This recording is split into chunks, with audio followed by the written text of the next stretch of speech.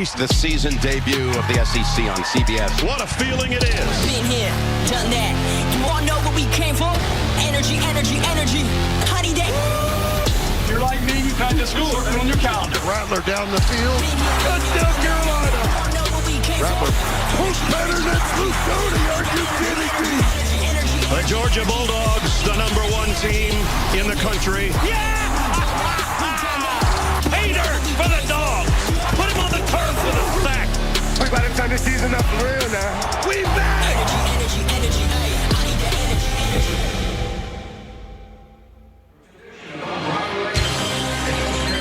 And with that, we begin our 28th year of the SEC on CBS, and it brings us 94,000 strong in Sanford Stadium and Vince Dooley Field between the hedges.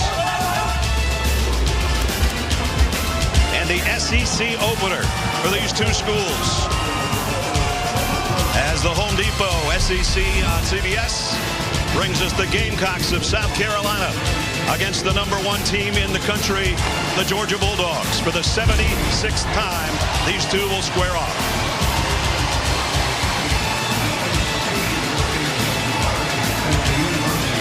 As Zion Logue said for the Georgia team in our montage to open things up, we're back. So are we.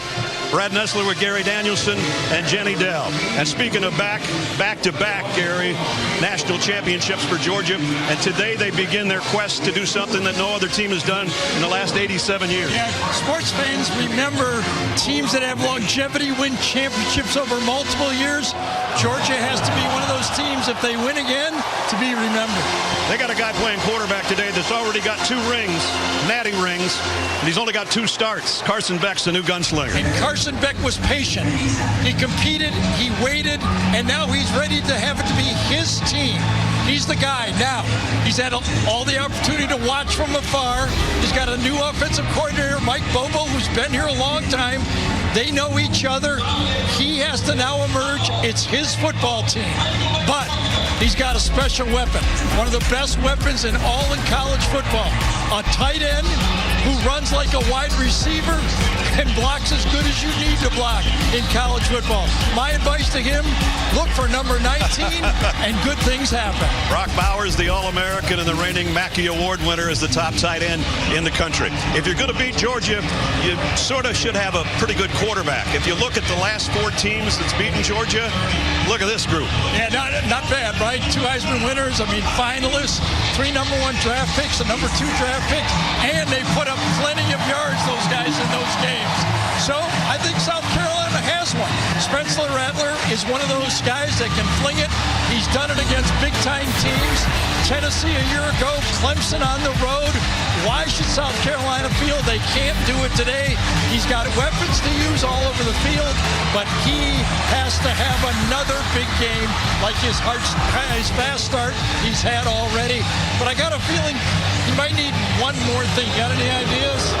Well, you got a Beamer as a head coach. Try Beamer ball. Beamer ball. I don't see how South Carolina can win if they lose the special teams part of this game. Well, we'll see. The last time Georgia lost at home was 4 years ago, and it was Cocky that came to town and did it. Hey, that's Uga 11. He's just a puppy. He's making his SEC debut today. Got to leave him alone. The Home Depot SEC on CBS. Sponsored by Allstate, Sonic, FanDuel, and by Degree.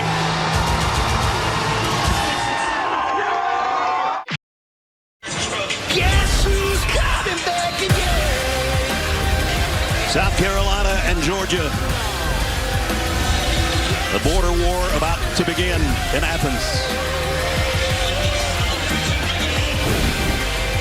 And here comes the nation's #1 team.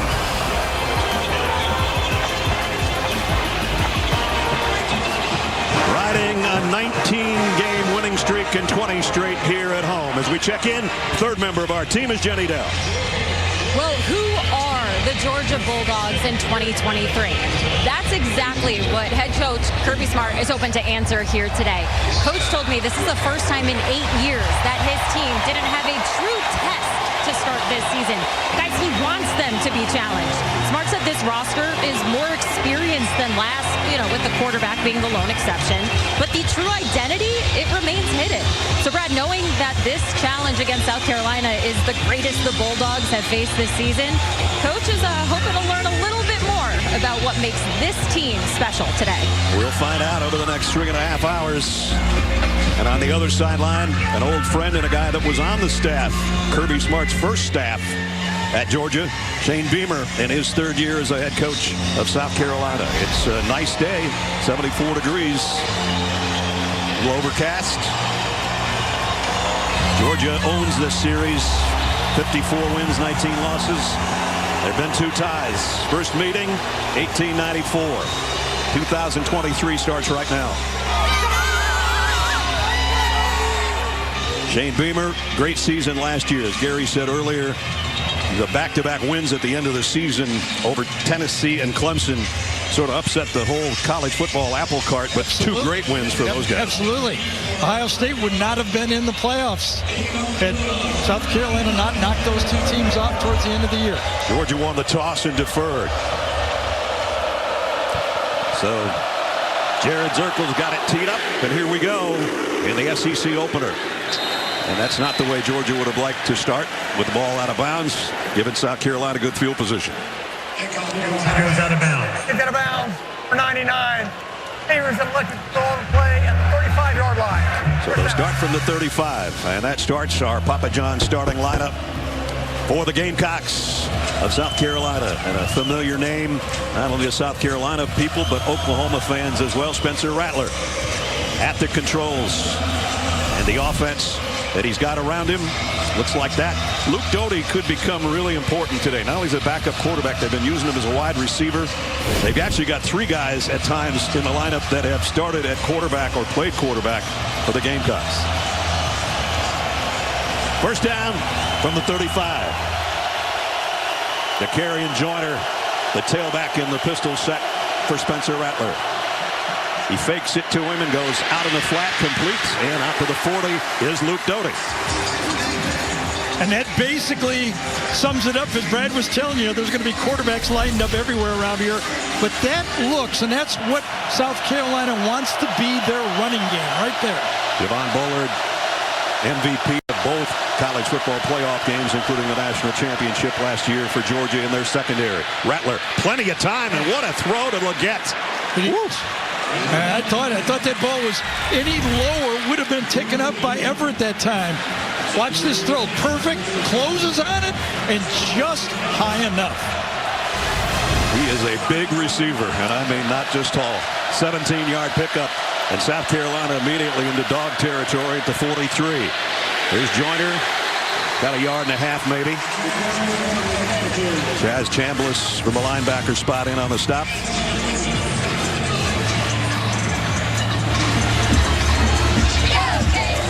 Good opening march here for South Carolina so far. Second down and 8.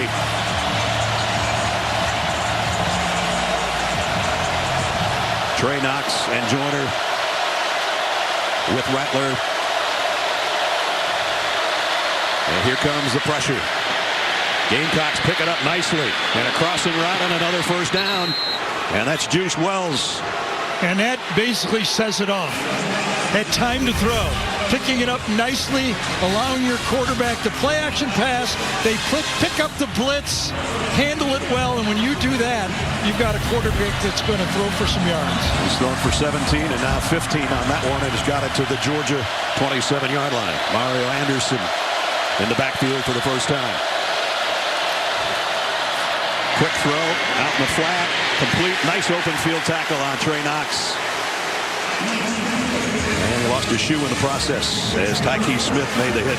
Again, the way they started out the drive with that short pass. Again, start the drive on this first down play. Get it to your tight end. It's basically a running play. Second down and 10. Rattler pumps and now goes right back to the guy that he pumped it to, and is complete to Doty again. Doty might have a first down. Nice patience that time by Spencer Rattler. Looking downfield. They wanted to go deep. He fakes it out, wants to go for the home run. No home run there. Take the single.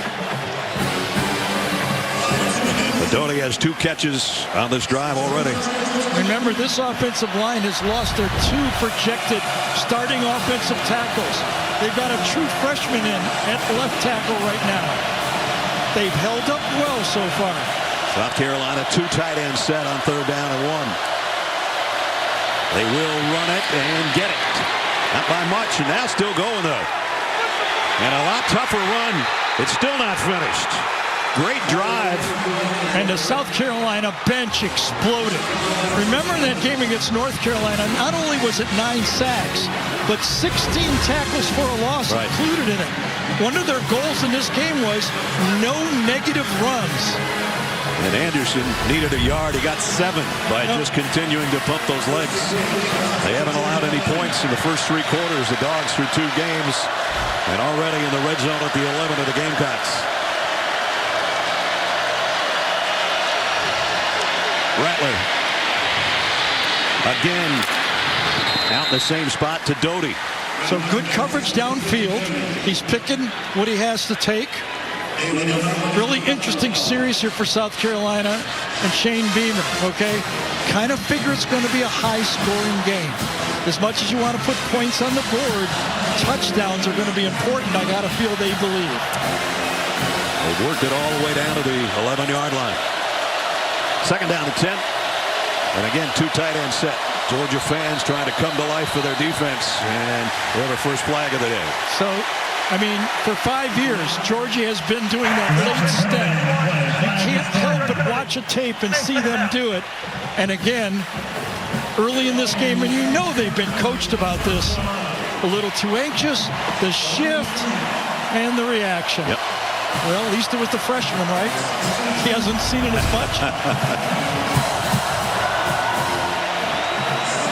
Spencer Rattler, 6 out of 6 on the drive.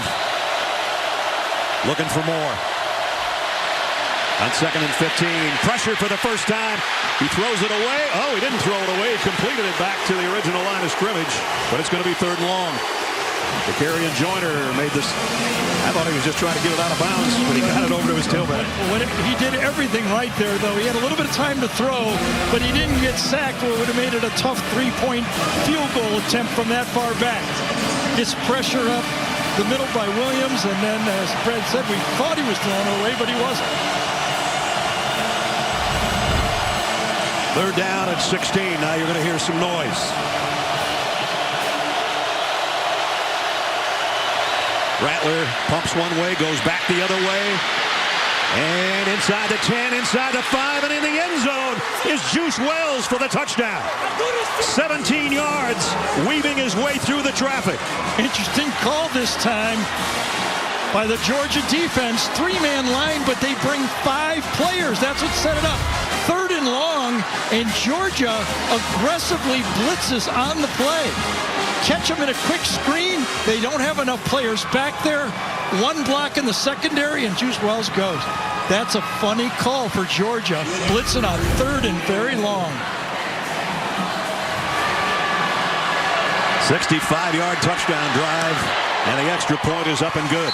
You want to talk about a perfect quarterback rating? How about 8 for 8 for 62 yards and a touchdown for Spencer Rattler? What a start for the Gamecocks on the road. And the Georgia Bulldogs have given up points in the first quarter for the first time this year.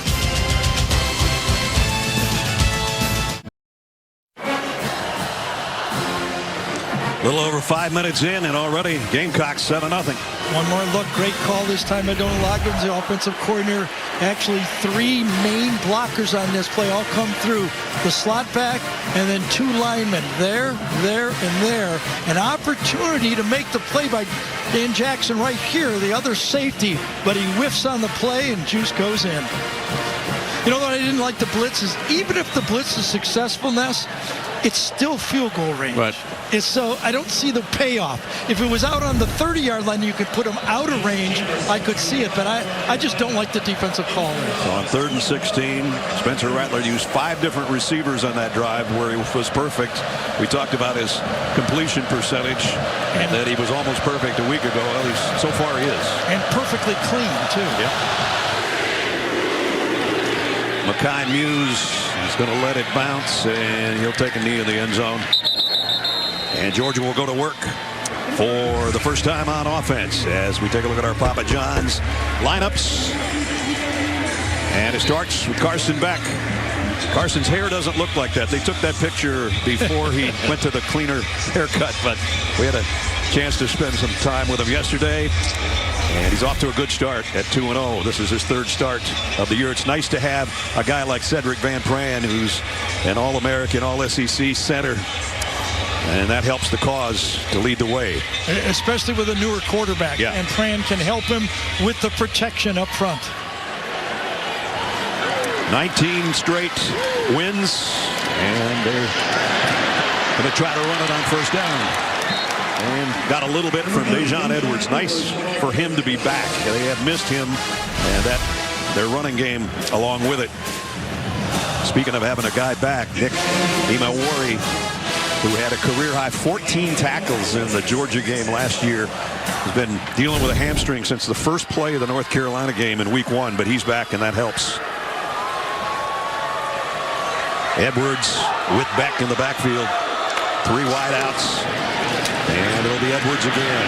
Dejon, the cutback, and a 1st down run. Yeah, that's what they have missed, that running back. Edwards able, his veteran ability to see the holes, be patient running the ball, give that offensive line the reason to block. You know, a lot of time the offensive line takes the guy the way they want, and the running back runs right into the pile. That time, great patience running the ball for Edwards. 2 good runs by Edwards, and now Cash Jones comes in at the tailback spot for the Dogs for the first time today from the 37-yard line. Carson Beck looked one way, came back to Jones across the middle out of the backfield, and he's got a 1st down and a pickup of 12. No one covered Dylan Bell on the play. Watch what happens right here, all the way. Busted coverage, touchdown. Now, it wasn't who he's going to look for on that play, no. But if you're the defensive coordinator, you're going, oh my goodness. A bust on just a jog out by the wide receiver. So now 4 receivers in there if you count number 86, Dylan Bell. He is a tailback at times. Here's Brock Bowers, the All-American, got tripped up, or he might still be running. So Georgia mixing it up on this opening drive. Yeah, they find ways to get their best player of the football. You know, a little bit like Travis Kelce. We saw that Mahomes struggled without his tight end in that opening game when the Detroit Lions beat the Kansas City Chiefs. You like that, don't you? Yes, but that's what you got to do. That's a quarterback's best friend, and that sets up the rest of the offense by able to attack with your tight end like that. The veteran Kendall Milton in at tailback now as Georgia continues to rotate that spot. And Milton got met head on. Ooh. Nice job by T.J. Sanders. Yeah, that's happened so quick. You wonder if it's a busted assignment right here. Just a whiff at the line of scrimmage by a veteran inside 3 for Georgia's deep offensive line. Beck down the middle, complete, 1st down. Rosamie-Jack-Saint with a catch. And nice play by Carson Beck here. Watch this one. He can feel the pass rush coming right at him. He knows he's going to get hit as he lets it go. Stands in the pocket. He sees the big guy and just doesn't even stride, just whips it. A quick little toss. Not a lot of lower body action on that one. Just darted in there. Funny, you were telling me, we've been talking all week about the fact that he hasn't thrown it down the middle a lot, and he put it right on the money on that one. He did. That comes 2 ways. Play calls, they're trying to protect him early, but confidence. He gains confidence, you're more likely to throw over the middle. Play action. This time, not going to get away. First sack of the game. Sanders was there, so was Sean Blanton. Yes, Blanton came first from the linebacker spot, getting in there, and that was the first kind of a delayed play, and then he gets in and makes the play and forces Beck to move.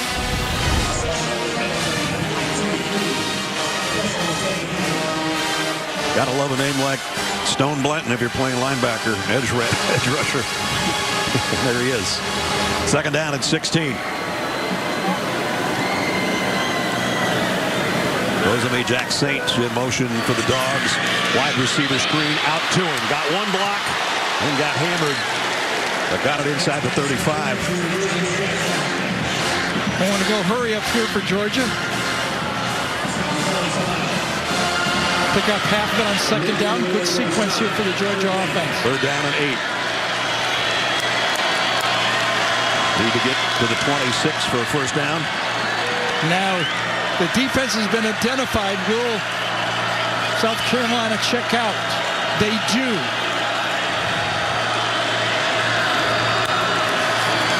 Back, looking left the whole way, and has to throw it away. Tonka Hemingway that time. Again, another inside rush. Flag down on the plate. Was there a grab on the throw or with the receiver?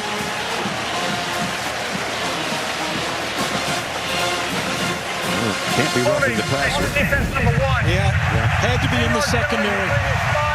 Automatic first down. You wonder when the quarterback throws to nobody, he was expecting receiver to go out there. Yes, you can see it. If you take one more look in the back coverage of this play, you'll see it. Going to be beat right here. Watch the action. And that's where the ball was going and just slowed him down before he went into his break. A little bit of a hold. If there is such a thing of a little bit. So Georgia's drive stays alive. First down at the 24. This is Kendall Milton straight up the middle for about 8 or 9. So Georgia continues to shuffle the backs, and it's been effective on this opening drive. Due to injuries, some of those guys limited action the first 2 weeks. To have Dejon Edwards and Kendall Milton back healthy, you can see the difference it's made in the Georgia ground game so far. Pickup of 8, second down and 2.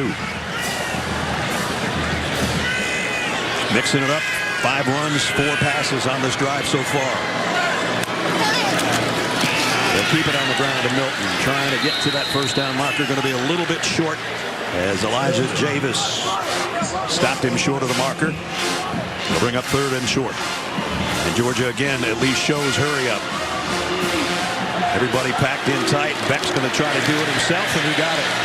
Carson Beck with a quarterback sneak. And a first down, Georgia.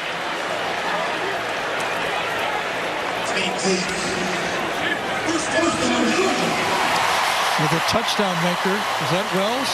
Yes, it is. Jeez. He had struggled earlier in the year getting healthy and being a factor. It's been all again. But he's already been in the end zone today, so I don't know at what point he got hurt, unless it was on the touchdown. Had to be, right? Yeah. It's the last play he's been in. So far, we haven't had a miss. Our quarterbacks have been perfect.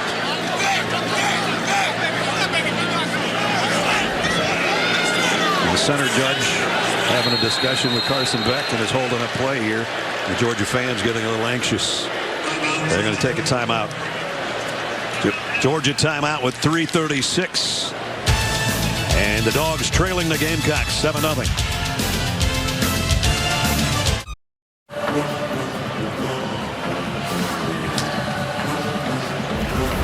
Trying to find out where Juice Wells was hurt on this touchdown, Gary. Yeah, he runs into the end zone, and we don't think he's hurt, but more importantly, I don't think he thinks he's hurt. Any hand on his left ankle yet? I don't know, maybe. He feels okay, but watch as he turns, he starts to feel it, and he starts to limp. We'll check in with Jenny after this play. First down, Georgia at the 13. Beck backpedaling, sidearms it incomplete. And let's check in with Jenny, see if she's got more on Wells. Well, he came over to the sideline and went straight into the injury tent. When he came out of the injury tent, he was without his left shoe on. And guys, he was visibly frustrated when he tried to even put any weight on that left leg. He is currently in the locker room now. All right, well, we'll keep an eye on that and see if he's able to come back.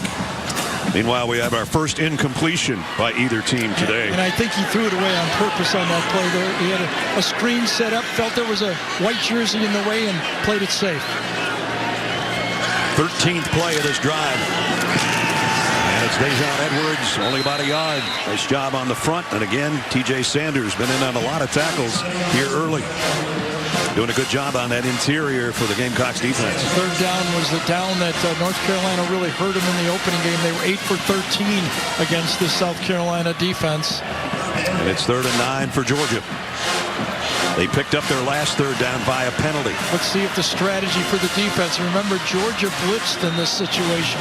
3rd and long. What's the strategy here? Bowers is in the slot to the left side. Beck in the shotgun with 3 wideouts and his tight end. And it's a screen to Rosemy Jack-Saint. And he gets tumbled down short of the first down. It's going to bring up 4th down and maybe a little bit of a decision. They brought the edge, but dropped the defensive end as a safety that time. Good drive for Georgia. Good answer. Take it down the field and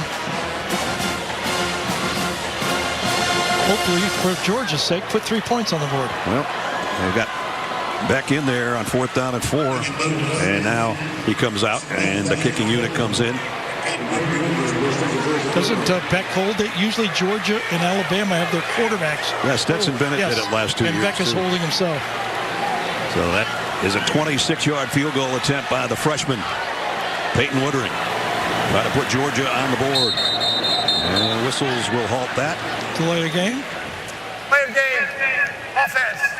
5-yard penalty. Case down. And that's going to be a 31-yard attempt.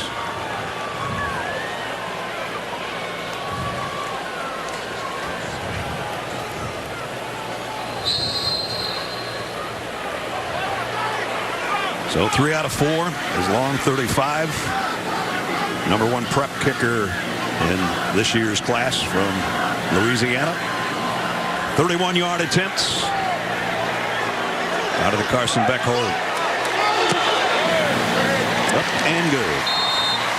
So Georgia had a great drive going, stalled a little bit. They still trail Spencer Rattler and South Carolina 7-3.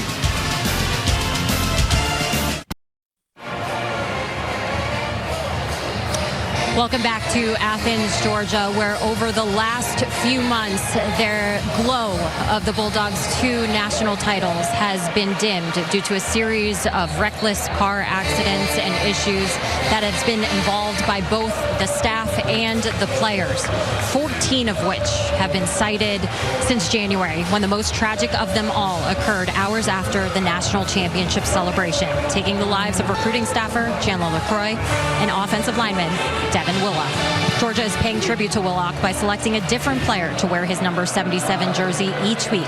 First it was Xavier Truss, then Cedric Van Pan, then now it is Tate Ratledge earning that honor today. Now, Brad, Coach Smart said our linemen want to represent him, and they're always using the phrase, be like Dev. Yep. A big picture of him up in the offensive lineman room, and that's a nice honor that Ratledge gets the honor today. And Georgia's offense went 62 yards in 15 plays, but had to settle for the field goal. And so the quarter is flying by, only 2 minutes left, as we have had a lot of incompletions. And Spencer Rattler is perfect so far. Last week, he completed his first 15. So far today, 8 for 8. He ended up 25 out of 27 in last week's game. From the 25. That one to Leggett, only got him back to the line of scrimmage. Juice Wells was in the Georgia locker room getting that foot looked at, the foot that's given him problems in the preseason, and now you see he's not going to play today. Yeah, and the amazing thing is he didn't know it until he turned around to go back to the bench. He has South Carolina's touchdown, but now he's done for the day. At least we assume that by the way he's hopping around on a bad foot. Spencer Rattler fires complete to the sideline. Leggett again, and again a first down. I tell you, this Xavier Leggett is a big guy. Brad mentioned he's not only tall, but he is built. He's got that type of look that we've seen years ago, Mike Evans, where it's a tough matchup. And if you don't go to him at least twice, 3 times a game with a jump ball, I think you're missing opportunities. They're going to him today, whether it's jump ball or not. And he's made a couple of those back shoulder jobs already. Rattler in trouble and goes down. Somebody just got a hand on him. I think it was Nazir Stackhouse. It was. It's a sack, one hand. That was a jersey sack by Stackhouse. It was. Good job. Rattler's going to run up in the pocket, but whoa, hold on here. Just enough to throw him off balance.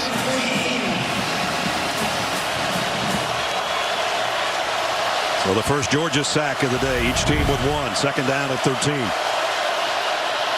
Screen, Leggett. Georgia broke through it. See, that's where the speed of the Georgia defense and their linebackers, their edge rushers, into the short side of the field, they just eat that thing up. They turn and run. They felt the quick pass to the outside, and oh, they're on it. That time it's Dumas Johnson, number 10, coming over. He's a linebacker that runs like a safety. They call him Pop, and he pops. That play wide open as the quarter will come to a close in Athens. SEC opener for these two teams. And a good first 15 minutes. Shane Beamer's Gamecocks on the road. He'd have told him they were going to lead 7-3 at the end of one. I think Cocky would take it. That's what they have right now, a 7-3 lead.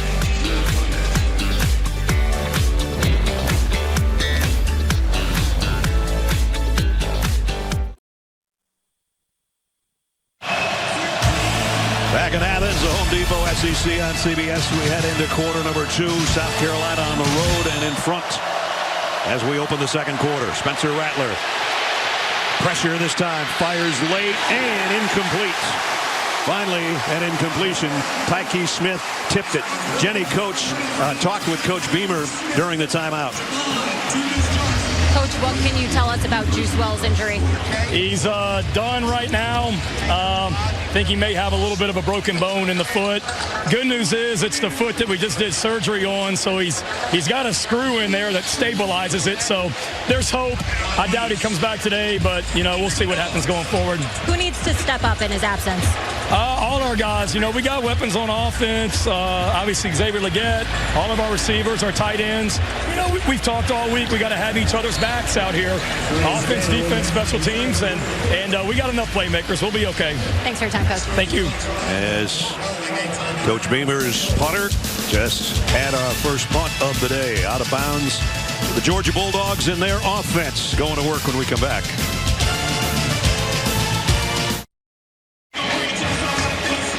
Tomorrow, we can't wait to have our NFL on CBS doubleheader. Starts with early matchups featuring some of the best young quarterbacks in the game. Later, two of the most dominant defenses around get together. We'll get you set for kickoff. JB and the guys, noon Eastern on the NFL Today. The NFL's on CBS and streaming on Paramount+. Juice Wells talking to his quarterback. On the receiving end of a 17-yard touchdown earlier, but now done for the day with a bad foot. Meanwhile, Georgia has only a field goal. Fourth time trailing after the first quarter. This whole 19-game winning streak. Yes, remember earlier the open receiver play action go deep here. Great field position. In some traffic, complete. Rosamie Jack Saint got about 8 yards. That first play came after not the greatest punt in the world by a guy that was an All-American punter last year. And we talked about South Carolina trying to have to win the special teams. A little bit of a chink in the armor right there, giving great field position to this Georgia team. Jack Saint comes out. Might have been a little bit shaken up. I don't know. He took his helmet off. Arian Smith has come in, the speedster, to take his spot. And we'll keep an eye on Rosamie Jack Saint. First down. Kendall Milton on the carry. Question has been, can this offensive line get more physical? Watch them push the South Carolina line down. Just take it where they want to go. Make the crease. The running back picks his spot. Milton, little trouble last year staying healthy and was a little dinged up in fall camp as well, but nice first down run there. He comes out. Dejon Edwards is back in, number 30. First down from the 47. He fakes the toss. Be careful. Almost got away with it. That ball was going to that swing motion man the whole way. Actually, it was a good job by Carson Beck getting his eyes over there and seeing the defender. you throw that ball sometimes blind, and it can be awfully embarrassing. That time, at least, he sees it and makes sure as best he can he gets over the top. DQ Smith was the guy that came off the edge that got in Carson Beck's face and forced that throw. Incomplete. Bringing up second down and 10.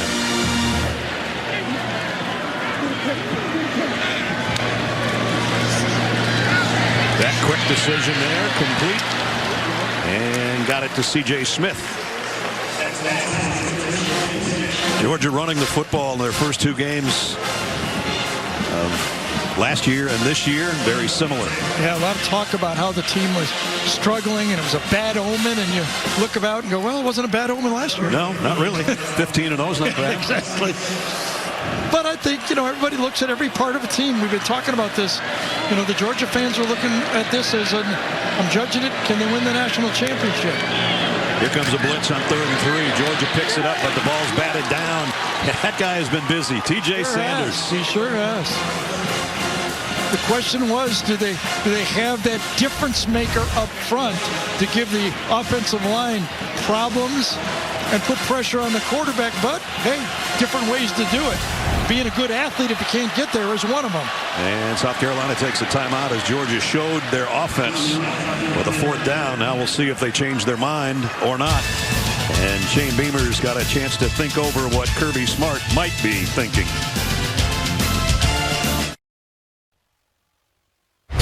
Adam Zucker in New York with this Jeep update. It's the longest field goal in SEC history, and it gives Missouri the win as time expires against the reigning Big 12 champs from Kansas State, Harrison Mevis, a 61-yarder. Actually, not the longest in Missouri history. Almost got to go back to when Craig Silver was on campus, guys, 1986. Exactly. That's a long time ago, Adam. Long record. Brett Thorson into punt as Georgia was probably thinking about getting their offense out there, trying to get South Carolina to jump off sides, but after the Gamecocks took the timeout, Georgia with the punting unit out there. Brett Thorson kicks it away and taken at about the 12-yard line by Eddie Lewis. So Spencer Rattler with the 7-3 lead. Back on offense against the #1 team in the country. Playing very well, though, on the road.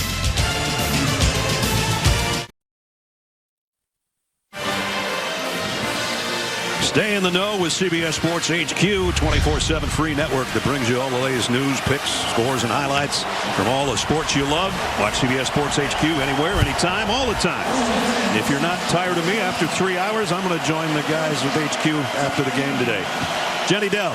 Yeah, earlier this week, Kirby Smart told us that Javon Bullard, who suffered that ankle sprain against Ball State, is going to try to play. Well, he is dressed, but I noticed that his helmet had been sitting on the bench. So I followed up with the Georgia staff, and guys, I was told, do not expect to see him today. Well, he's trying to be a cheerleader right now, if nothing else. Oh. And that will help the Georgia defensive cause as Kamari Lassiter says hello after that completion. So a little bit of a light drizzle out there right now. South Carolina's trying to play safe calls, but still, remember, gain a running game by throwing the ball short. Georgia is adjusting.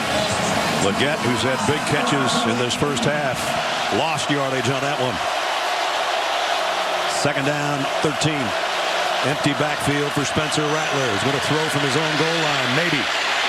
Now runs up and pumps it down the middle, short of the 1st down, but a good play by Rattler. The motion let Spencer Rattler know that it was a zone coverage. Nobody followed the running back, so he knew there's the tip-off. Nobody follows him. It's going to be zone. Hook up in the zone. They do it properly, delivered on target. It's a manageable 3rd down now. 3rd and 2. Mario Anderson getting a lot of playing time, and he deserves it. He looked good on tape.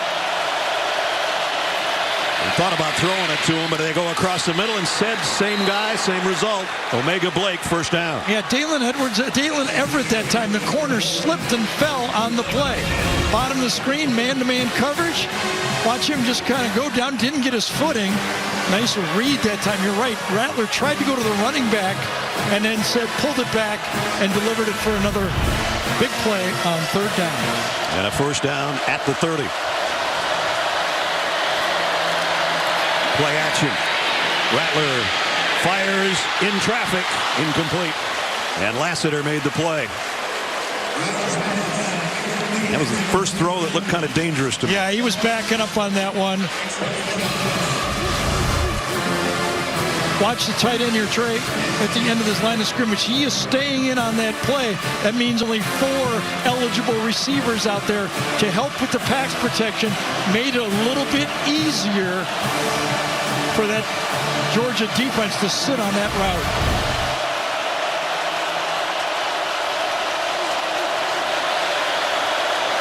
Second and 10. Anderson. A good hard run. 2 hard yards. Smile Munden made the stop.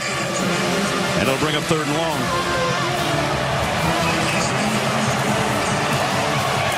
And that young lady got her wish. Here comes the noise.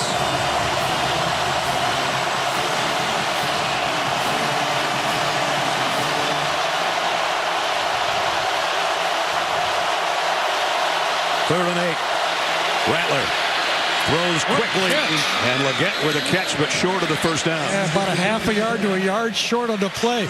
Went up and got it, though, didn't he? I think good coverage to the outside. Throws it on the out route, and just short. Another yard or a little bit more accurate of a throw so Leggett could catch it and turn up. So that brings Kai Kroger out. His first punt was only 32 yards. As we said, last year he was one of the best around. Mekhi Muse back deep for Georgia. He kind of lit the fire under Georgia last week with a punt return touchdown. Kroger, the left footer, and a fair catch called by Muse just inside the 20-yard line. 9:30 remaining in the second quarter. Top-ranked Georgia struggling at home.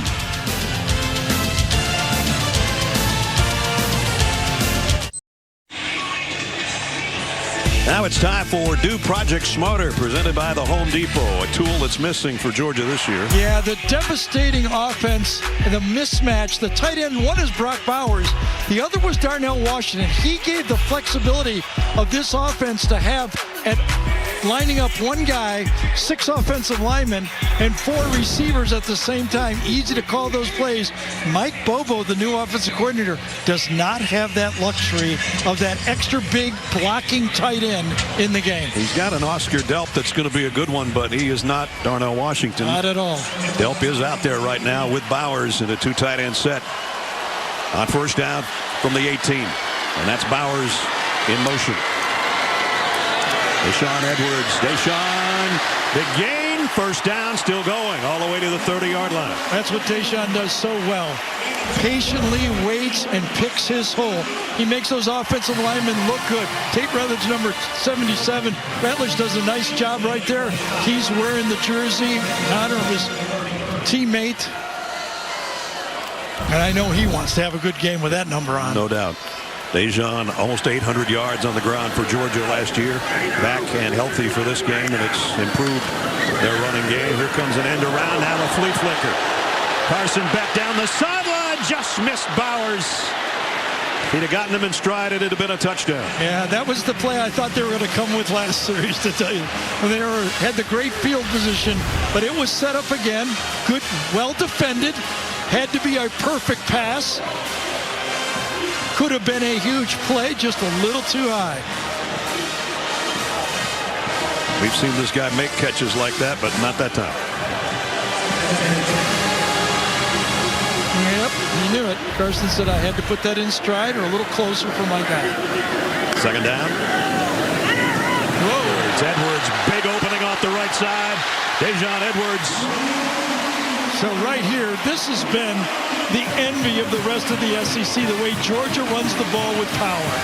21-yard pickup. Van Pran was leading the way. Sure was. Block down. That time, good block by Brock Bowers at the tight end position that time to get around the edge. But Deshaun with a big first down into Gamecock territory. Now Kendall Milton back in for Georgia at that spot from the 49. This will be Kendall Milton. Nice job up front for that South Carolina defensive line. Last play, we talked about Bowers and Georgia missing Darnell Washington. Well, not on this play. Bowers does a great job, and that's why he's going to be so valuable. Blocks good enough, as well as being one of those mismatched wide receivers at tight end that the NFL dreams of. Yep. A lot of people think he might be a top 5 pick, maybe. Yeah. Offensive lineman down. I think it's Mims. It is, Amarius Mims. New guy at tackle from a year ago and down on the play. We'll be right back.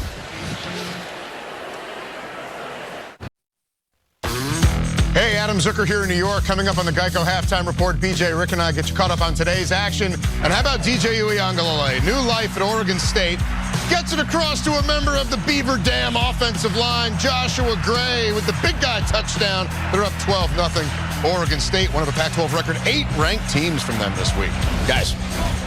Gotta love offensive linemen getting a little sugar, Adam. Tuesday, the world's greatest club soccer competition kicks off. Stream every UEFA Champions League match live exclusively on Paramount Plus. Amarius Mims was the injured Bulldog, and he is the biggest Bulldog, 6'7", 340. Right here, Tate Ratledge is going to block. His man falls right on the number 65 Mims, and rolled up on his left ankle, so he hopped off and took about 3 trainers to help him off the field.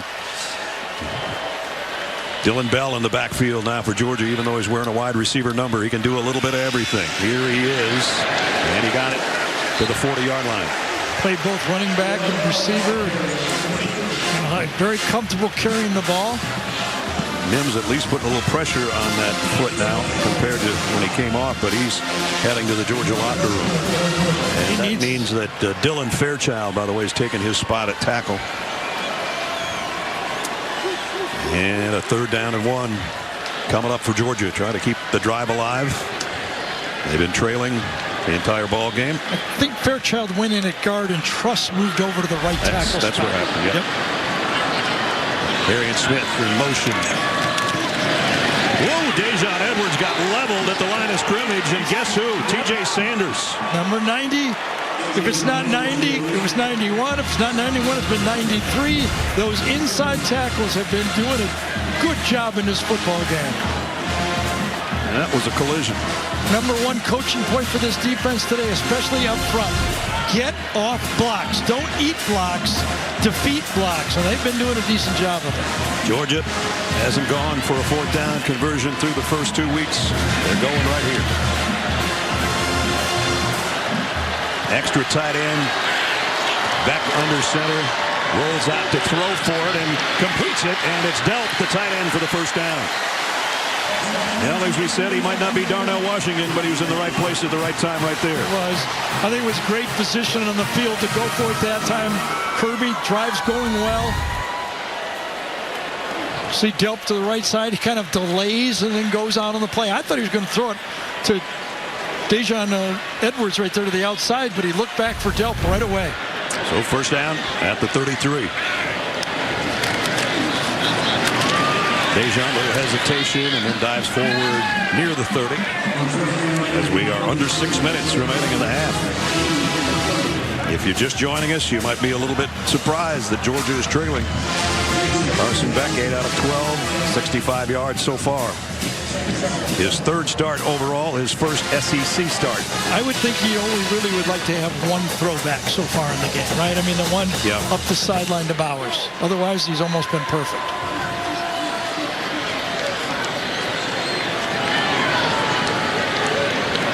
Bowers in the backfield this time. Beck in trouble, got away, shows his wheels, slides inside the 20 for a 1st down, and a flag late. Stone Blanton might be the guilty party. Well, Jordan Strahan, number 7, thought he had a sack, and Beck pulls it down inside. I thought Hemingway was going to get him as well, but the all-out rush, and Beck says, no, I can get out of it, and then right at the end, can't do that. That's too easy a call right there. Jenny asked Carson in a meeting yesterday.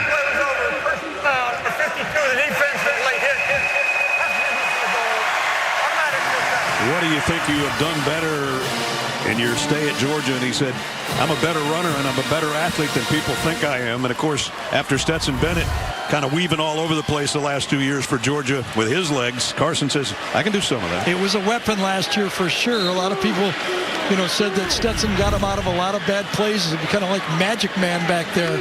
But Carson's a little different player. The other thing you bragged about him a little different.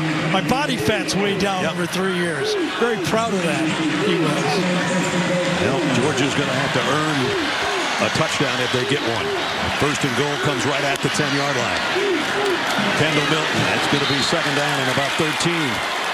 Man, courtesy of Debo Williams. Yes, he was. And this bear look, Debo, the inside linebacker, switches out to defensive end and just comes right off the edge and beats the play before it can get started. South Carolina always seems to have a really good player named Debo. Well, the first one was pretty good, wasn't it? It sure was. The second down and goal, and Georgia going the wrong way so far from the 10. Edwards back in at tailback. Carson back, scanning that secondary. Throws across the middle intended for Bowers, and some traffic. Williams there to make the play. Yep. The Georgia fans thought he hooked him with his right arm as he reached out with his left arm to deflect the ball. Let's peek at it, see what happens.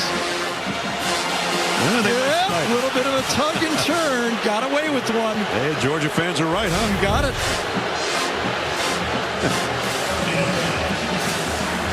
Guys, the fans on the far sideline, they thought they had bad seats.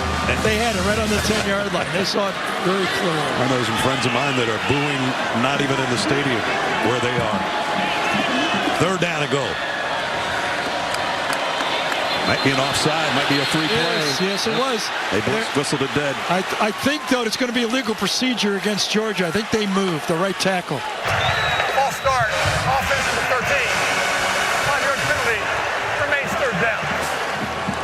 So the false start against Georgia, and as I said, they're going the wrong direction here.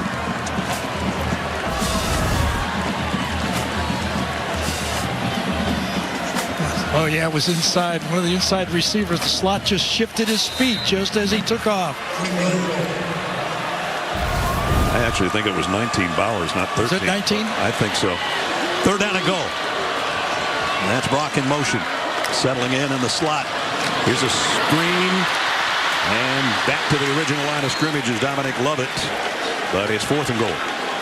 So a little bit of a self-inflicted plays, but also a couple plays by Debo Williams. One he got away with one he made a great stop in the backfield. Exactly. A little bit of everything there. Stop that drive. So Peyton Woodring hit from 31 yards earlier. Carson back to hold to try to get Georgia within one. This one will be from 28 yards away.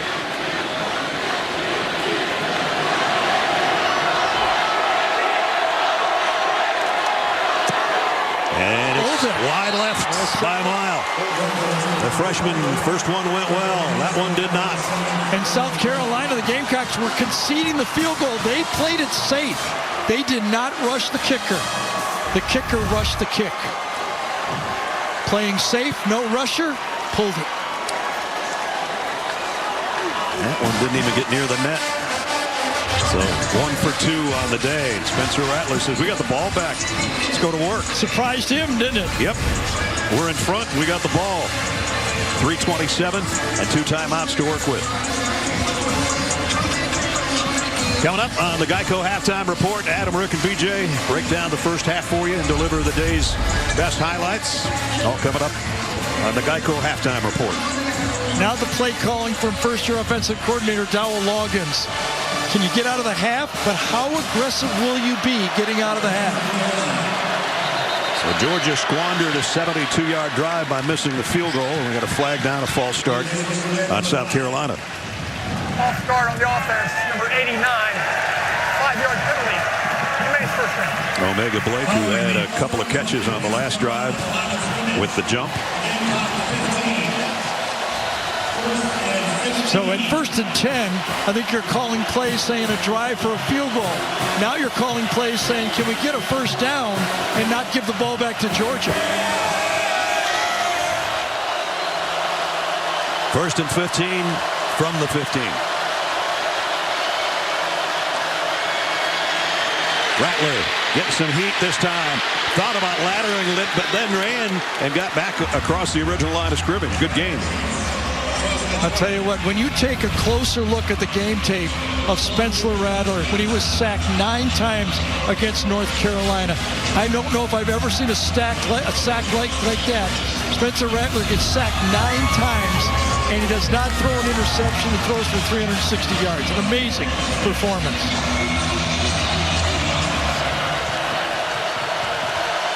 Georgia just a 3-man front, but they're going to bring some heat off the edge. And it's going to pay off. Going to get a penalty. Face mask, though. Yep. Ear hole, kind of caught him in the helmet. One of the openings on the helmet, and that's going to be a automatic first down. Personal foul, face mask, defense number 97. 15-yard penalty from in the run. Automatic first down. That was Brinson. We got the hand in there inadvertently. Yeah, he's getting blocked on the play. You stick your hand out and try to get what you can get, and that time he got the wrong part of the tackle.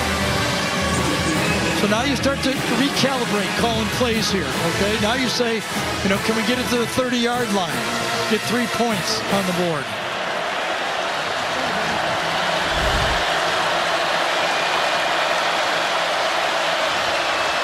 Play action. Rattler tripped a little bit in the backfield, and now he's going to air it out. Deep ball. Got it. All the way down to the 26 to Leggett. Spencer Rattler bought time for Leggett to get all the way across the field on the play. 35-yard pickup. His favorite target, number 17. Readjust again, right? Now you say, we can score 7. Definitely in field goal range. Rattler again going to run with it, and again breaks free. Spencer Rattler with a first down. Yep. Had a linebacker sitting right in the hole, and he gave him 1, 2, 3 moves and beats the spy. Watch him. I think he beats Dumas Johnson right in the hole. Boom. Nice. That's who it was. Good run. All the way to the 15-yard line. Another first down. Plenty of time. Timeouts remaining. Gamecock fans that came to Athens, happy bunch right now. They're going to be a lot happier if they get more points here before intermission. Good use of the clock, okay? If they score, they don't want to give Georgia the ball back. And might have been a Gamecock jumping again, as again with Georgia with that shift. And Eddie Lewis number 11. Moved. 5-yard penalty. And Rattler came up to Eddie Lewis and tapped on his helmet and said, think about it. Don't jump. Yeah, but I actually thought that on that one, that was an illegal shift. If you watch Georgia on that time, this time they jumped as well. Watch inside. Watch the movement inside. That's not a shift. That's a movement there. See, they could have called that on Georgia. Timeout, Georgia. They're down to 1. And we're down to 122.5. So you want to be a back judge? There's your look from our AT&T 5G pylon cam. We go all the way down the other direction where South Carolina's got it first and 15. One of these plays has to go into the end zone to Leggett with a high throw, right? He's made some great catches already today, and he's been his favorite target. He's wide to the left side. Rattler lobs this one complete, and down inside the 5 is Trey Knox. First and goal, South Carolina. Well, Trey Knox, the transfer from Arkansas, has been chipping all game. This time he sneaks out after the chip. Beautiful play call by Dowell Loggins, the offensive coordinator for South Carolina. He waited for it. Those tight ends have not been getting a lot of throws, and it paid off there. 18-yard pickup, and now Wildcat for Joyner. Joyner trying to get to the goal line. Did he get there? Yes. Touchdown. Holy cow.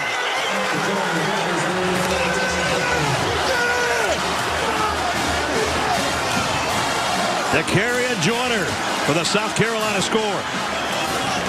So after the penalty, first and 15, you're wondering if South Carolina can get out of the half. They got out of the half. Did they ever? 2 big pass plays, then one down to the goal line, making it 3. 6 plays to put a touchdown on the board. To go 80 yards in 6 plays. And there you see from the goal line, South Carolina in there. Shane Beamer up or about to be up 14-3. Even without one of their top offensive stars, and they're trying to hold Juice Wells back. It's a little juiced up, even though he's got a bad foot.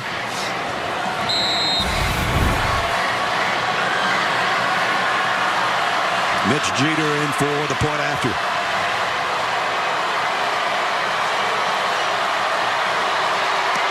Up and good with 1 minute remaining in the half. If you're just joining us, you're probably a little shocked by the score. Kirby Smart probably is too.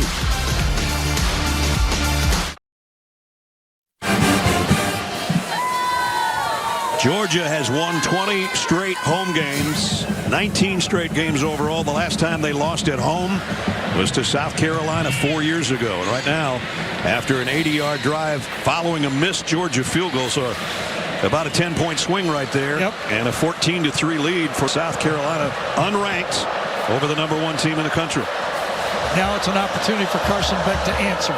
Plenty of time in the timeout, and the college rules to stop the clock after first down.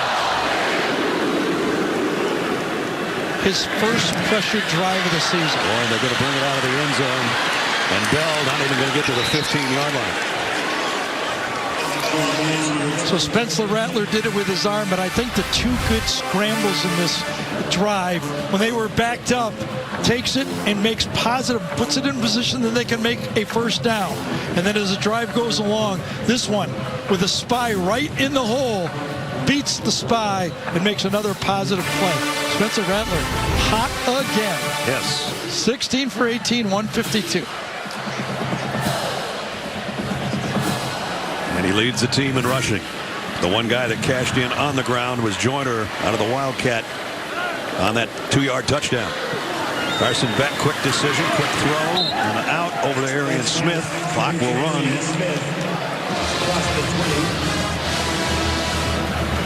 Georgia with just 1 timeout remaining. 2nd down and 5 from the 20.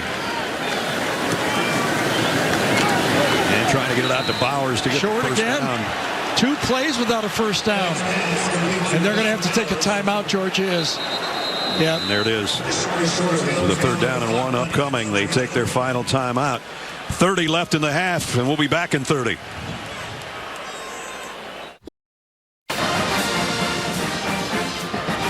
(14-3), South Carolina, Georgia out of timeouts. Here's what I was talking about a couple of minutes ago. Longest active streak in the country, 28 straight against unranked teams. The last loss 4 years ago to this very same team. I get the feeling that you could put 10 more things up there, right? Back-to-back national championship. I mean, everything's right. Yeah, it's not over yet. That's right. We got 32. They actually put a couple seconds back on the clock. 3rd down and 1.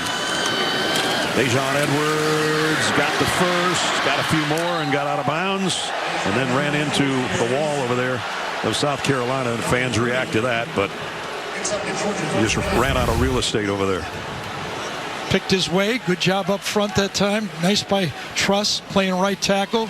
Kind of gives him a push out, and then he falls into the... Hit one of the tried. One of the coaches tried to catch him. Didn't do it very well. Good job. So Georgia got their first down. Dejon 55 yards in the first half on the ground. Back, plenty of time. Down the middle, throws a strike complete. Another first down. Dominic Lovett. Now the clock will stop momentarily. And that was the throw he needed to make. Willing to throw the ball over the middle. That's what South Carolina's giving him. Here comes a blitz. Back to the outside to Bowers, and he did get out of bounds. A lot of throws early for this season. Remember Stetson Bennett did such a good job of throwing the ball over the middle? There it is, the dig route over the middle of the field. Got to feel your way. Carson's got all the ability to throw the ball anywhere on the field. Got to learn to move those linebackers with his eyes, find where the middle safety is, and confidently deliver the ball. Only got a couple of plays left now, though, before halftime. With 11 seconds remaining and out of timeouts. You think about Arian Smith, who's the speedster of the Georgia group. Beck, not going to get a chance to throw it to anybody, courtesy of Stone Blanton. Delayed blitz that time. Stone Blanton stood there, waited for the offensive line to commit, and then he went late. Watch him, he's right here. Waits, and then he goes. Beautiful job, well coached, and he did it well. A beautiful job by South Carolina right now as they head to the locker room on the road and leading. Even without one of their offensive weapons. And Kirby Smart's coaching Carson Beck all the way to the locker room. Georgia will get the second half kickoff. And as that fan probably has the same reaction that maybe the rest of the group does. Jenny is with Kirby Smart. Coach, how do you slow down South Carolina and stop Rattler out there? Well, we got to get off the field on third down, and they've hit 2 explosive plays to their best playmaker, 17. We got him doubled, and he still beat us. So we got to do a better job executing, and we got to get some turnovers to get off the field. I just saw you walking and talking to Carson Beck. What was your message to him? We get the ball first, and that's big. So we got the ball first. We were trying to double possession there, get points, and then start out the second quarter. But a little out of rhythm on offense. They're doing a good job defensively, and we got some guys down we got to make up for. We guys got to step up. Thank you, Coach. Thank you. That is the story of the first half for sure. Gamecock fans elated here at Sanford Stadium as their team is out in front at the end of the first half. Score, South Carolina 14, top-ranked Georgia 3. Now we're going to send you to Adam Zucker in our New York studio for the Geico halftime report. Zook's all yours. All right, Ness, a surprise unfolding 14-3 at the half. And coming up on the Geico halftime report, a role reversal for Roll Tide and a miraculous finish in Missouri after this word from your local station.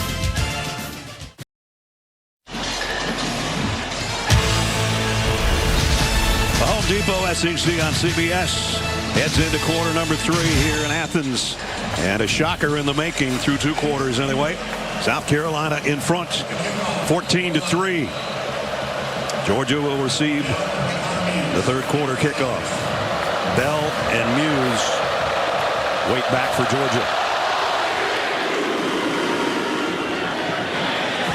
And they will not bring this one out as they'll bring it out to the 25-yard line. Welcome back, everybody. Brad Nessler, Gary Danielson, Jenny Dell down on the field. Georgia's first half possessions, Gary. Field goal, punt, missed field goal, halftime.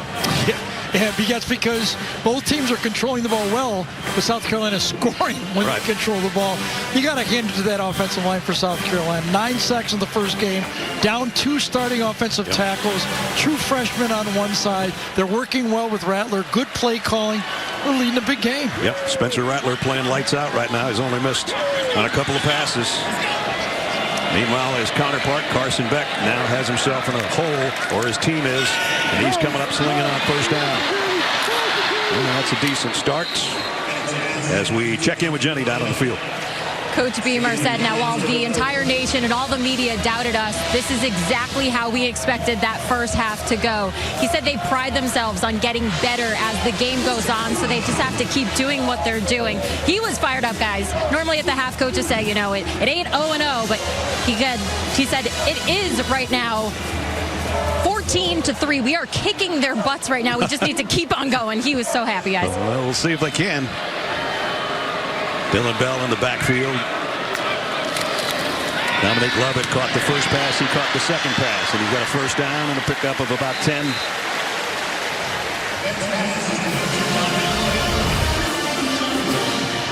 Georgia doing a little bit of South Carolina.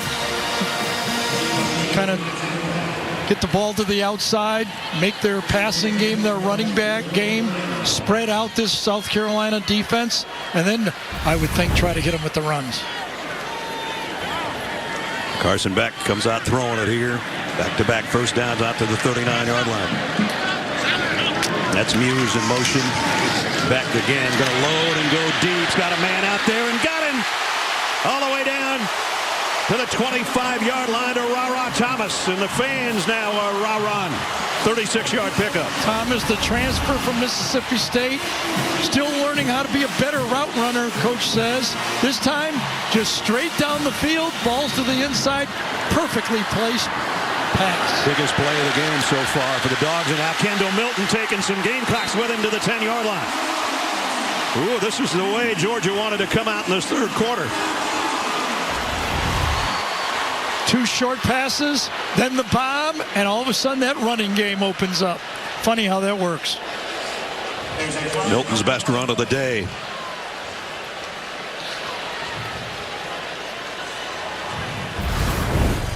And we got a flag down I did not see. It's on the far side of the field. There is no foul for illegal substitution. 11 players of the opponent were on the field. So we'll pick that one up. And make it first and goal. Remember last time down here, Georgia had the penalty and kind of blew up their own drive. Yep. They lost 3 on first down and then went backwards with a penalty. Now it's Dejon Edwards, the lone setback. Dejon in the middle of the pile for 3. Stone, Blanton, and Brian Thomas made the stop.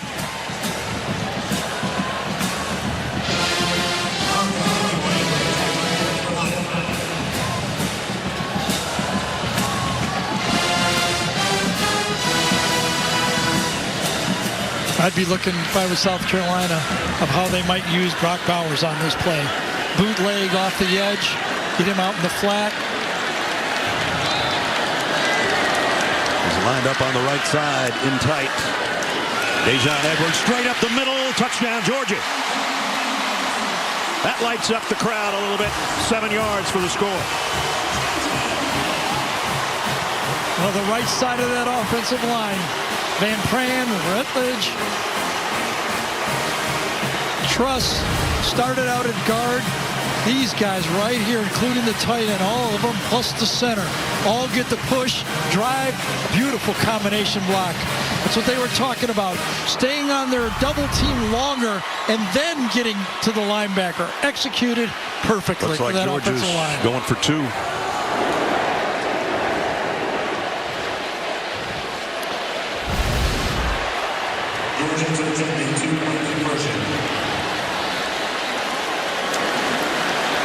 Trying to make it a field goal game.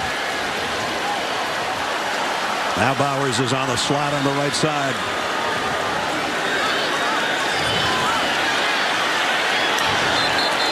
And whistles.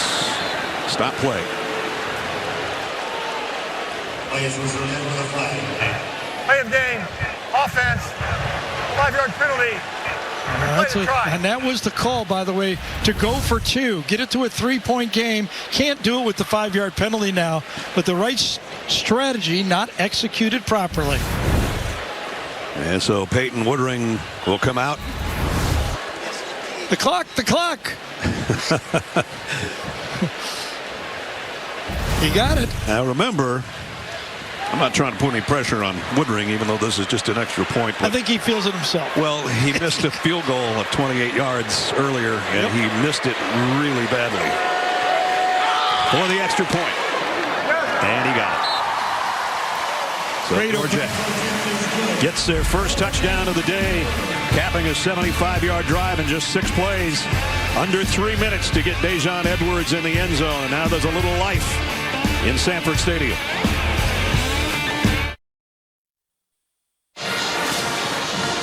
Tomorrow morning at 8 Eastern on CBS Sports Network. Get ready for Week 2 of the NFL as our experts offer unmatched analysis and make their game picks on that other pregame show.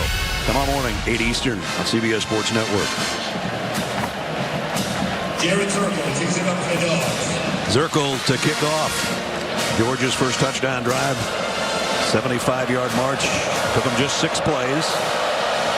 Wanted to go for 2, but the penalty negated that attempt. And this kick taken by Xavier Legette, about a yard deep. Legette gets tripped up by Muse on the kick coverage team. And a flag. Yeah, usually a bad sign for the receiving team.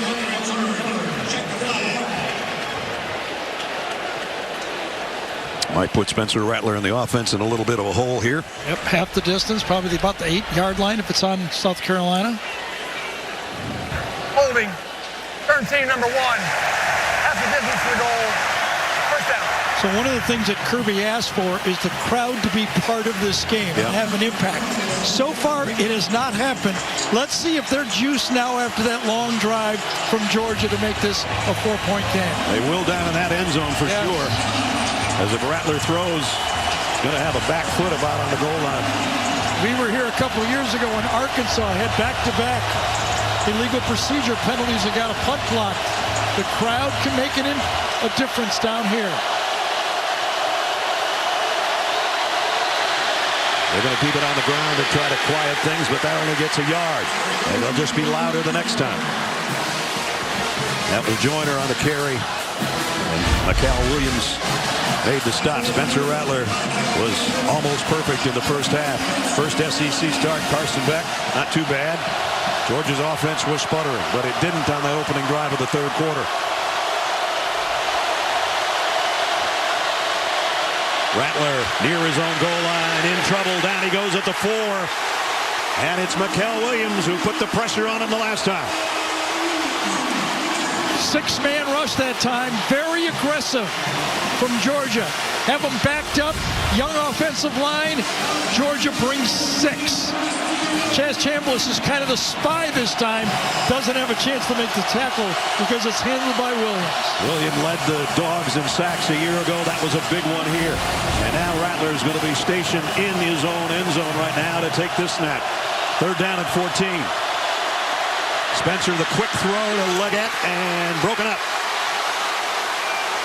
by Lassiter. Kamari Lassiter makes the play, and South Carolina's got a kick. Yeah, that was a great series for the Georgia defense. They could feel the juice.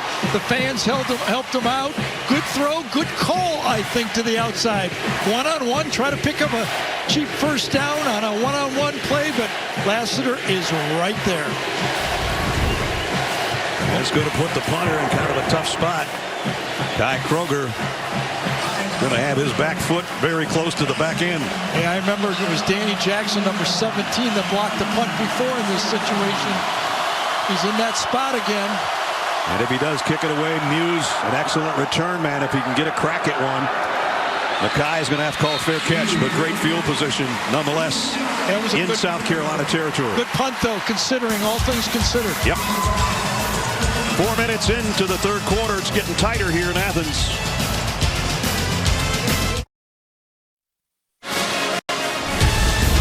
The Home Depot SEC on CBS is sponsored by Aflac, Ram Trucks, Wheels Up, and by Bright House Financial. I'm going to test your knowledge right now here in the third quarter as we bring you our Aflac trivia question. Name the 4 schools across all divisions to win 3 consecutive national titles, which is what Georgia's trying to do this year. All divisions, 3 consecutive national titles. Think about it. Meanwhile, Georgia going to work at the 48-yard line.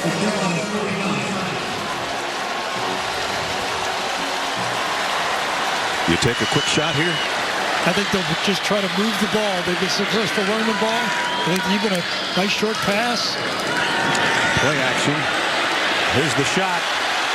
Got a man knocked away. Beautiful job by O'Donnell Fortune. And that was fortunate for the Gamecocks defense. Remember, the South Carolina defense lost both of their corners from a year ago, Cam Smith and Rush, to the NFL draft. This time perfect coverage, ball hung just a bit, but really good coverage. Boy, you know that he is feeling good. He's from Eaton, Georgia, which is about an hour south of here, so playing in his home state and with family here, and made a really nice play.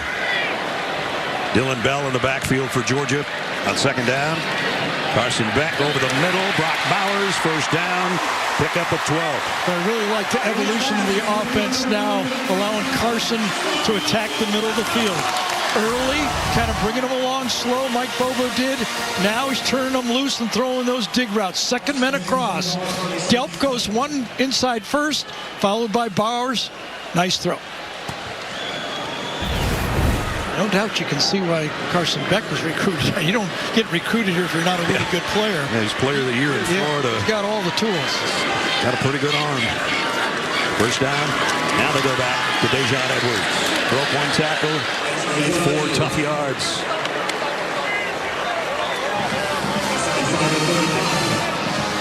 Georgia double-digit deficits the last time those have happened. Today they were down 14-3. And that Missouri game was scary for a long time into that game. Sure was. Cash Jones comes into the backfield now for Georgia. All the receivers kind of bunched in tight. And Muse is a motion man. On 2nd and 7. Back out in the flat, and that one was deflected, wasn't it? I think it was. It felt like it was. Yeah. Came off his hand okay, but it didn't have a good because landing. Cash Jones moved on it late. It was a big miss if nothing happened on that one. Let's see if it was touched. I think it was. I think it threw it off. Just a finger, maybe, by both those guys. Let's give him the deflection. Still had some nice spin on it. And now he's going to have to spin another one. 3rd down and 7. 4 out of 7 today so far. Empty backfield, 4 receivers up to the top of the screen. They come the other way. Maybe a first down catch. Let's wait and see. It was Ra Thomas. Short. Will they go hurry up on 4th down? Oh, that was close. He had his foot over the line, but got hit immediately. Beck got a first down on a quarterback sneak earlier. He's got another one. I never knew playing quarterback that the quarterback sneak was so devastating as it is now. Did 4th and short. It seems like this play has never stopped anymore. Especially if you're Jalen Hurts. That's for sure. So they keep moving it. They started this drive on the South Carolina side of the 50, and they worked it down to the 25. They look behind Dejon Edwards and Carson Beck. And Ra Thomas in motion. Here's the pitch. This used to be a Georgia staple. Toss sweep. Edwards close to another first down. And Brock Bowers that time was out front leading the blocking. Kind of like the old fullback position, this time off the H-back tight end spot. He's the one, pitch out of shotgun, and there's number 19. Clinging out, making the big play. They got 9 out of it, 2nd down and a yard. Georgia trying to take the lead for the first time today in the red zone. Thomas in the flat, wide out screen, got the edge, got the corner. Got it down 1st and goal. This time it was Arian Smith, number 11, who gets the key block. Easy throw, go in motion. But watch the block from the slot. Smith pushed him out. Another block to the outside. That time by Thomas. Good combination. Bell flags down. He's in the end zone for a touchdown, but let's hold on. I think South Carolina might have 12 men on the field. It's going to count.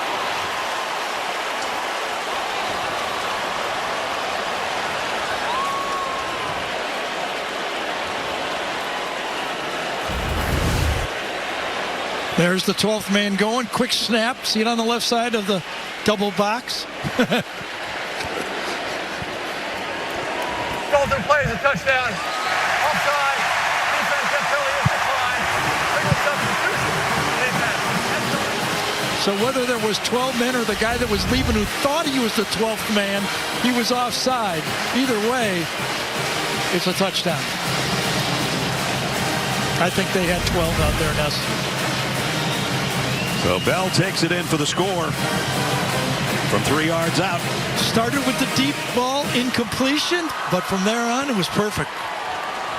Extra point, Peyton Woodring. Up and good. Georgia has its first lead. Dominic Lovett on the toss out of the backfield. Got it within 3 yards. Dylan Bell says, I can do the rest. Georgia in front now for the first time.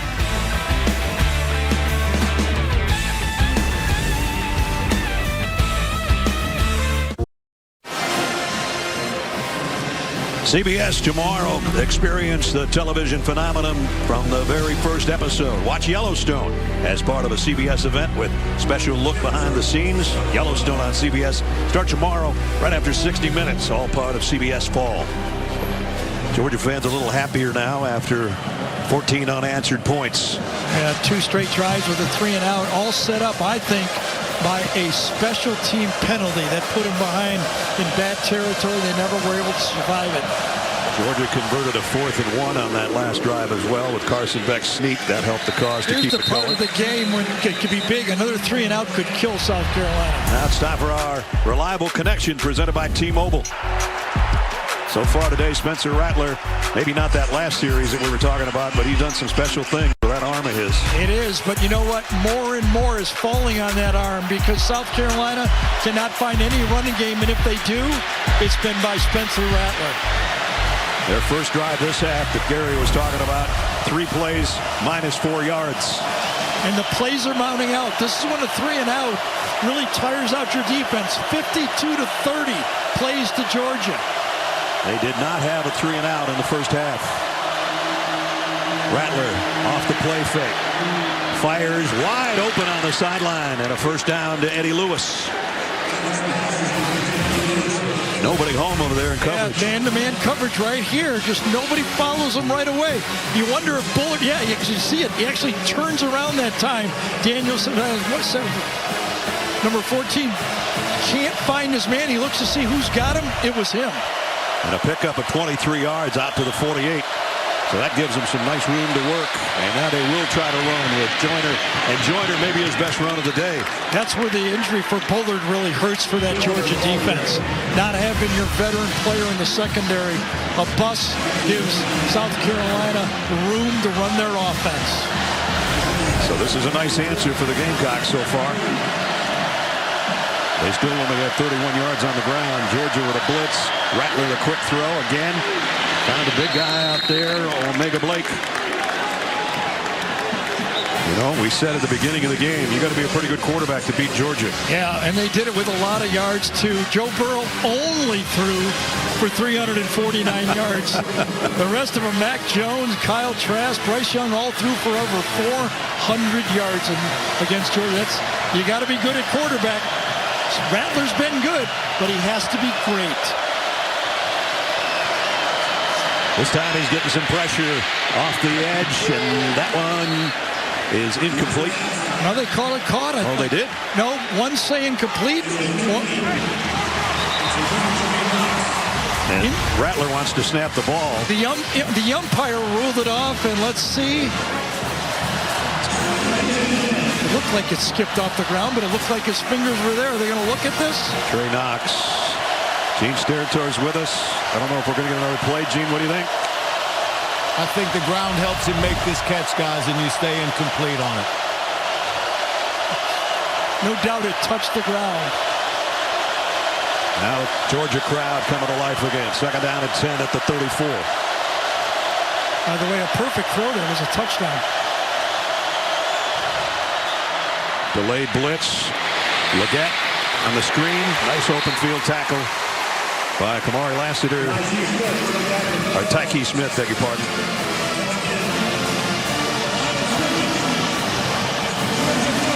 Third down and 7. Biggest third down of the day so far for the Gamecocks.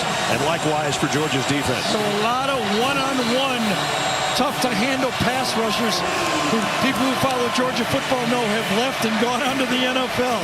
I mean, Jalen Carter, Devontae Wyatt, Walker, Nolan Smith. Who's going to make a play here?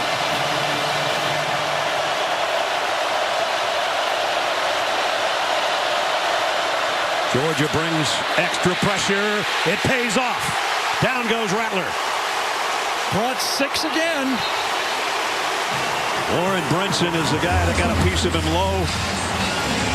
And it's 4th down.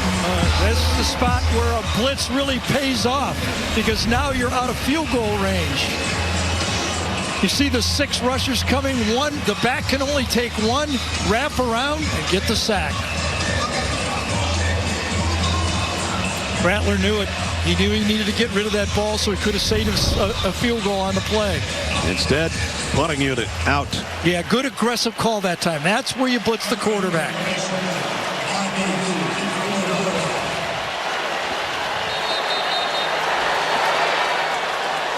Play a game already. Not a big deal when you're punting from here. He maybe wanted that extra space to play with. Play of game, offense, 5-yard penalty, remains 4th down. So the Gamecock fans that were all smiles in the first half look a little skeptical right now. So that drive started out with a big chunk play, and then he had another opportunity for a big play that was underthrown. Makai Muse, I mentioned last week, took one to the house. Haven't given him a chance to do much today. He's just got to clear everybody out of there. Turned out pretty well for him now. Yep. Down around the 12. So Georgia deep in their own territory as well, but for the first time in that end of the field, they've got the lead. 4.5 remaining third quarter.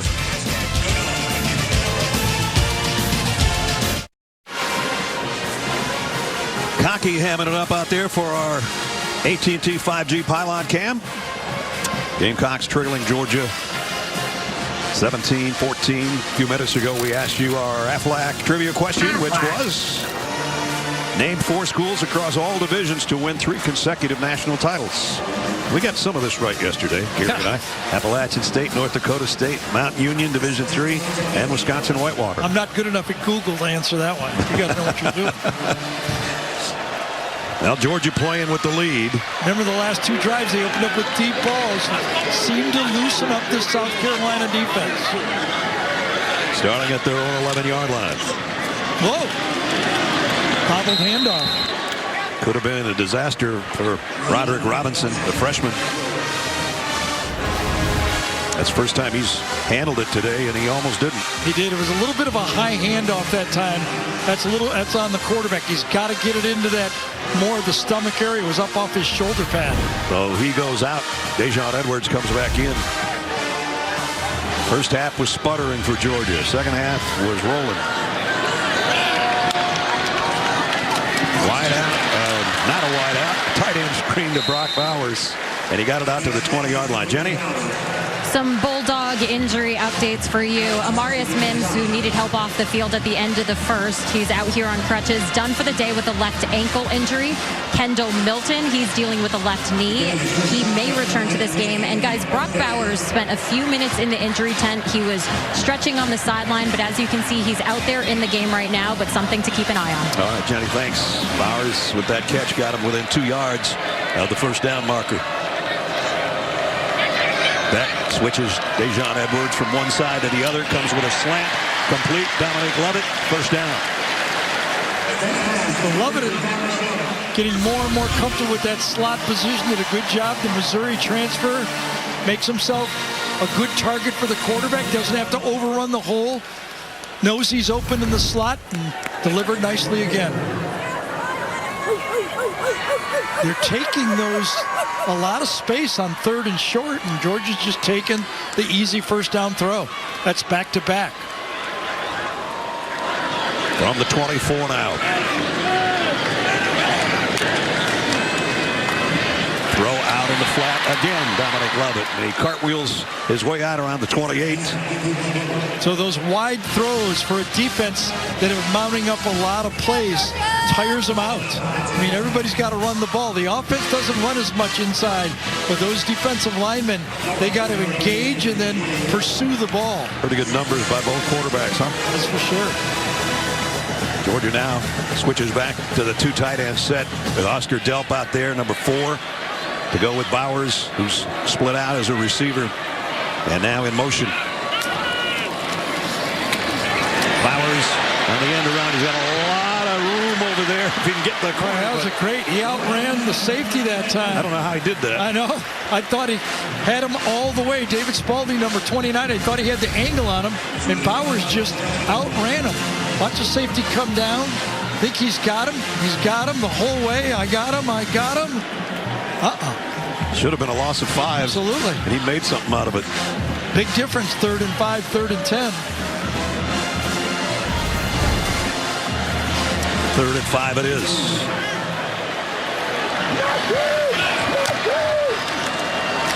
Another screen outside. First down and a lot more.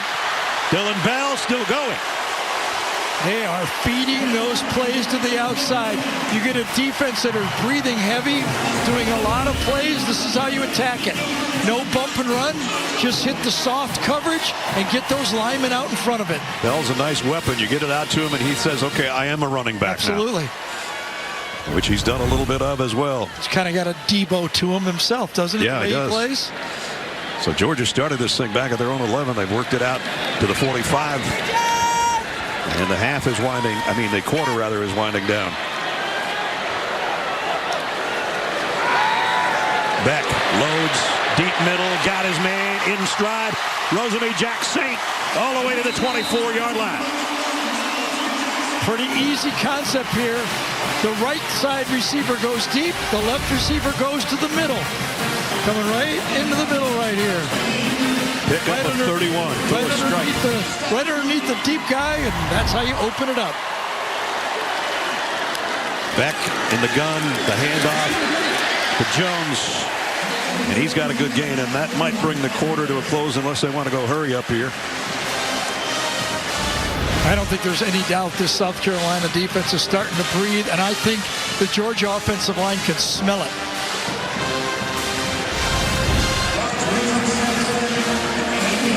You get a Bulldog hungry. They're hungry right now. They're feeding on chicken. End of the 3rd quarter. How things have changed since halftime, huh? We played 3. Top-ranked Georgia in front of the Gamecocks. 4th quarter coming up.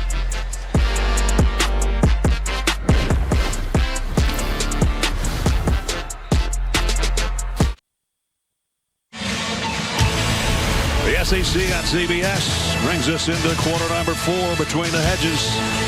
And the Georgia Bulldogs with the lead, 17-14 after an excellent 3rd quarter.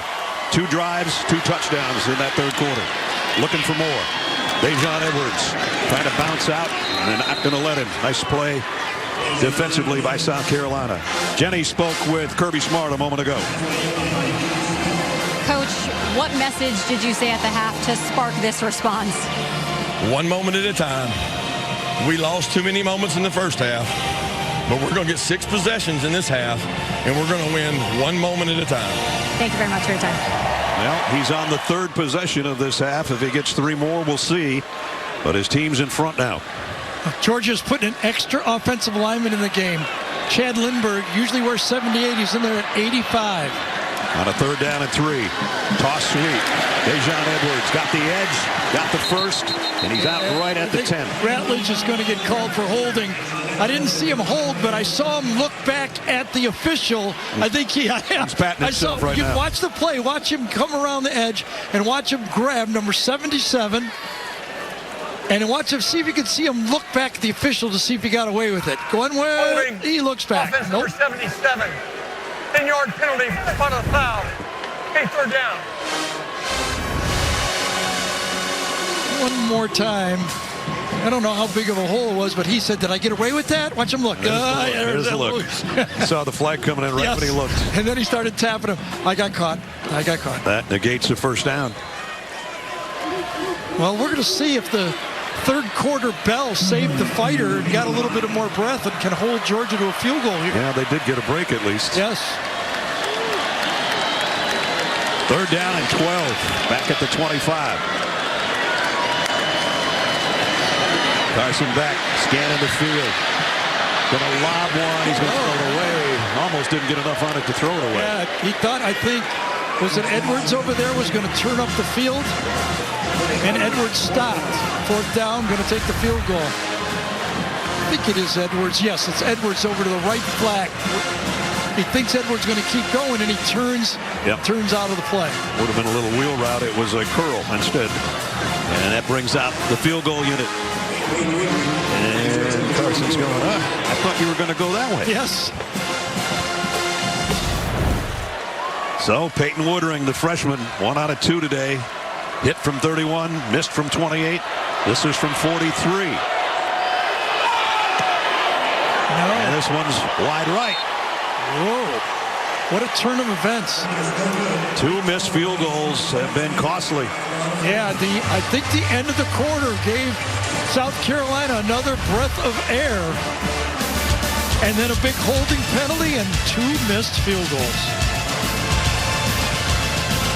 Brock Bowers is going, we did all that work or nothing.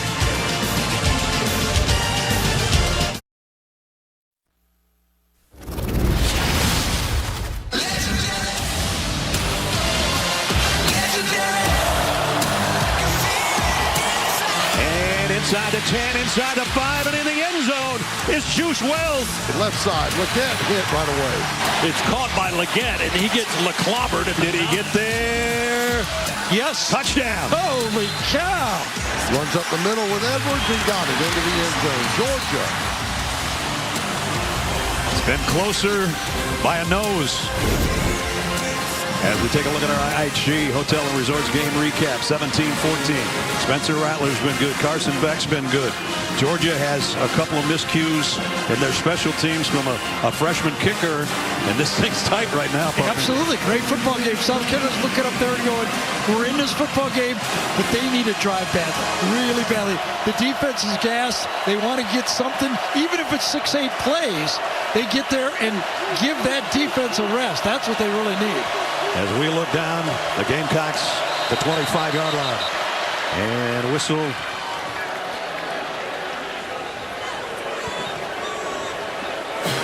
And I guess there wasn't a penalty. They're just going to reset it.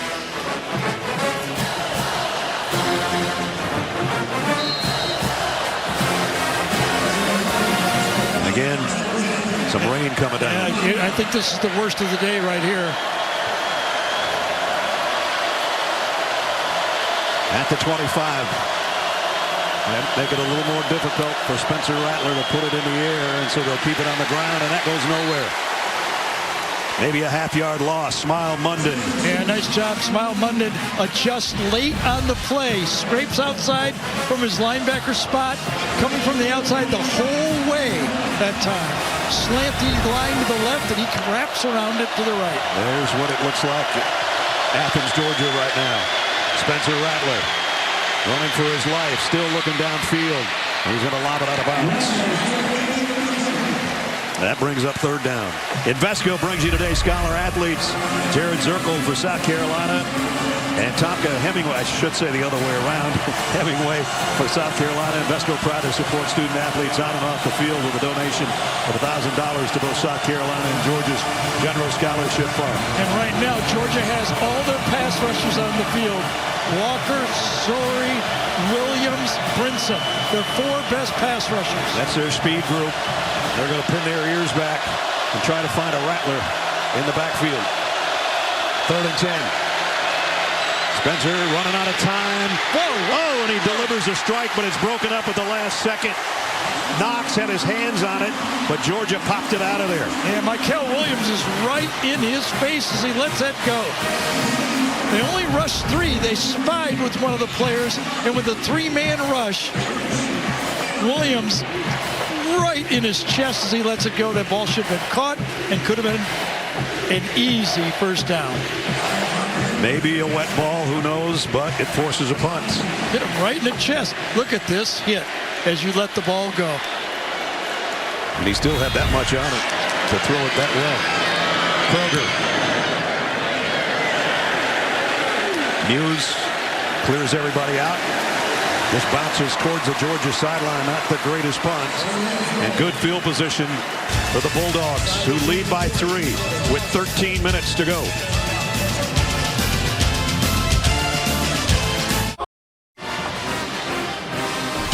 The Home Depot SEC on CBS is sponsored by State Farm,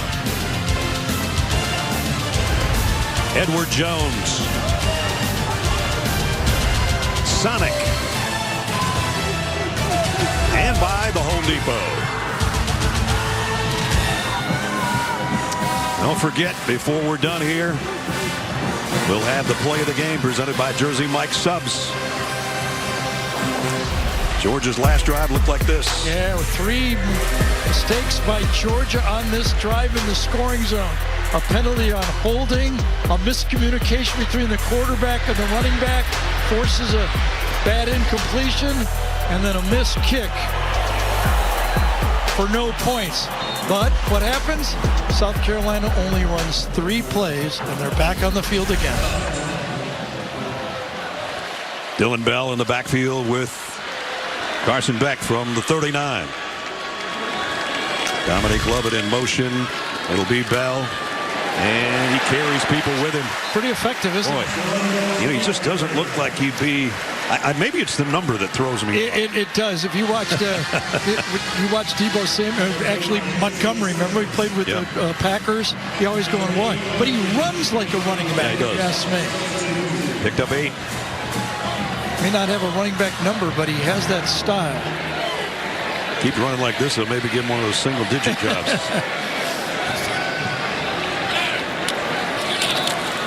He'll get it again, and he blasts his way for a first down. Good forward lean, good job.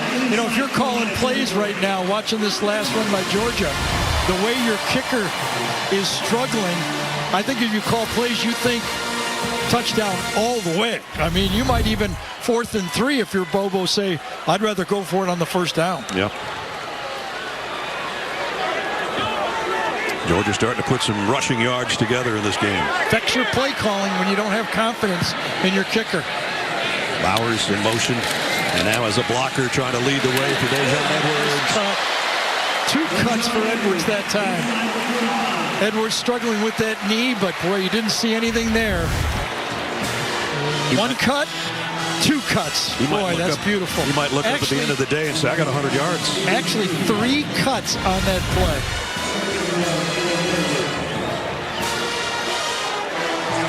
Picked up 7, 2nd down and 3. Dejan stays in there. Brock Bowers settles in the slot. Edwards left side again a first down run. The willingness of Brock Bowers to be a team player and block, even though he's a hybrid, kind of an H-back type tight end that's going to catch the ball anywhere, runs beautifully. Watch the willingness to get involved and stick his nose in there. That makes the play go. That's twice now. He sort of led the way for Dejan. This time something out of nothing again. I thought he was going to go down to the line of scrimmage. And this is when your offensive linemen love this part of the game. It's raining, it's muddy, the other team is sucking wind. Almost twice as many offensive plays for Georgia compared to South Carolina. The offensive line can feel it. Edwards 93 yards on the ground. Some of those coming on this all-important drive. Cash Jones will give him a breather. 2nd and 5. Beck fires quickly, and Rosalie Jack-Saint's got a first down. Yeah. Nice job by Jackson. Gets just enough to get the first down. Goes 1 yard past the down marker and stops. They'll move the sticks, courtesy of number 1. They didn't have him week 1 due to a disciplinary 1-game suspension. And they love having him back. Their big number 1 target. Beck to Bowers. Brock Bowers carries Gamecocks backwards with him. That'll get the crowd going.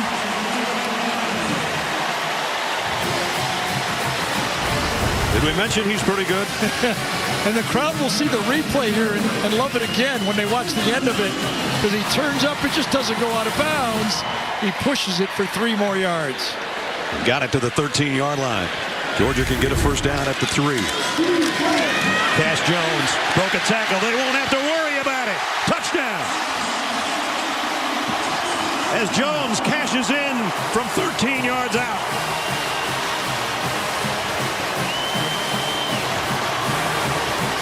A walk-on that they just couldn't keep out of the lineup, and he just capped off that beautiful drive. Xavier Truss and Tate Ratledge. Remember, Truss moved over to right tackle. Ratledge got that hole. The 2 guys over here, watch them do their job. Boom, 1 in, 1 on the other way. Beautiful hole, and take it in the end zone and cash it in for 6. Preferred walk-on, prefers to score from 13 out. Extra point coming up. A team, Ness, that almost has 80% of their squad 4 or 5 stars. He might be a 3-star walk-on for all we know. That's true. Cash Jones caps an 8-play drive from 61 yards, and Georgia stretches its lead.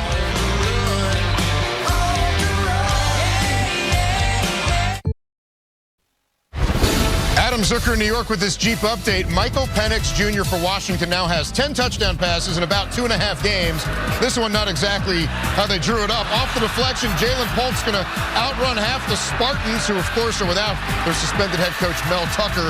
It's 21-0 in East Lansing. By the way, guys, Bama and South Florida tied at 3 at the half, and Bama's used 3 quarterbacks. Wow. Trying everything, huh? Whew. Georgia 21 unanswered points here in Athens.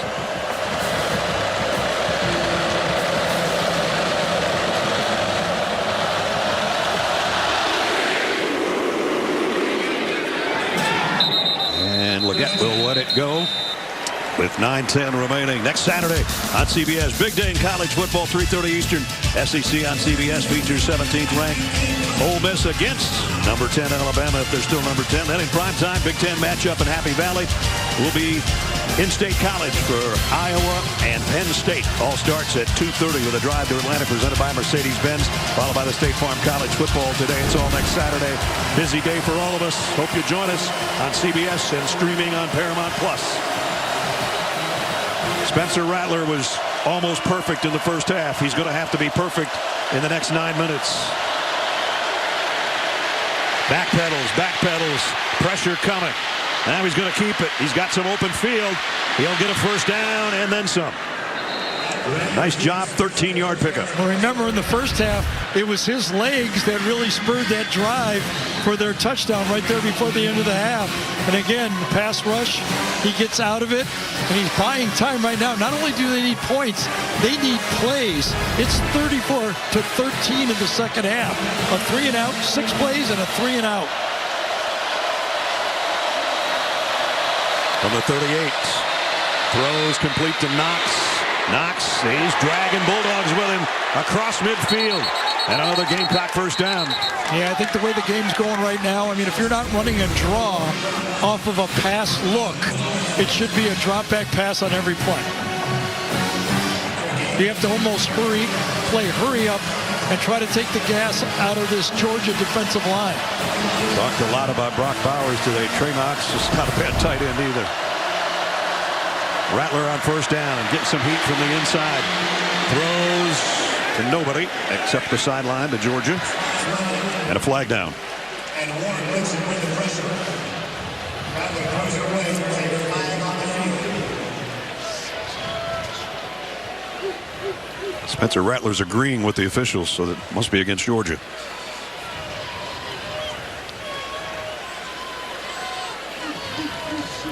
I don't know if they had enough men on the line of scrimmage.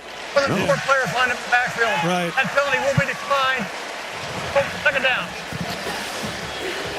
So it was against South Carolina. I think the tight end wasn't up far enough on the line and made it too many men in the backfield. This right here. See, there's not enough guys on the line of scrimmage. Second down. Another one. There's going to be another penalty. This time the left guard and tackle both jumped. False start, offense number 69. 5-yard penalty. It remains second down. Sam Beamer saying, calm down, guys, calm down. Nick Argiulo, the transfer from Yale that time. And the more that happens, the louder the Georgia crowd becomes. Yep. They take ownership of it.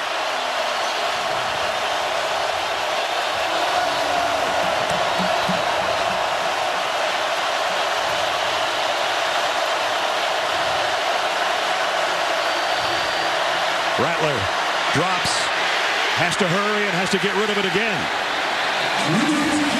Got it in the vicinity of Leggett, but he was getting heat. Darius Smith. So what happened is the penalty, the formation penalty for South Carolina allowed Georgia to get their pass rushers, their fresh pass rushers on the field, and the tempo has changed. Now they'll turn it up a notch again. 3rd down and 15. This is one South Carolina desperately needs. We're under 8 minutes. Yeah, if they get half of it here, I think you got to go for it. Rattler got hit as he threw. Incomplete. Intended for Leggett again. Mikel Williams again was putting heat on him. I think Mikel Williams came all the way from one side defensive end, wrapped all the way around to the left side. He did a really smart thing there. He didn't put his hit hands him. up Yeah, and didn't right. level him. Exactly. Not only are they going to go for it without getting half, they're going to go for it anyway. Yep. 4th down at 15. With 7:50 to go in the ball game. Might as well. Trying to upset the #1 team in the country on the road. You pull out the stops, and here comes a big pull.